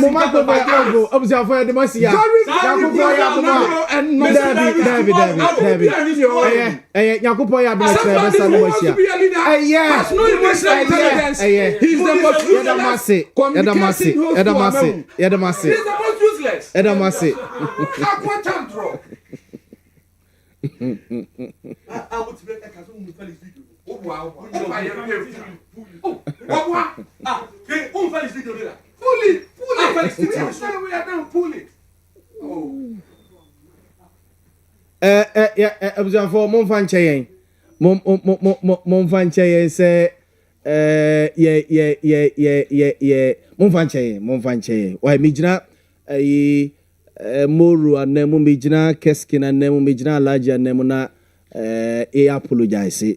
Some of the words are Salam Yusu ye. Some of the words are Keskin Yusu ye na bit hash. Mumfa enche yempa. Why? You see, and issue no etie. But omu ye omu edim komo kama. Ewo enimu hono mo fe. Na observe ye sorry. Na matese eneye lawyer Ansu Diabo oye part of the government communication team. Na matese ne lawyer Nyankopon di afeba kwa kanimfie ho.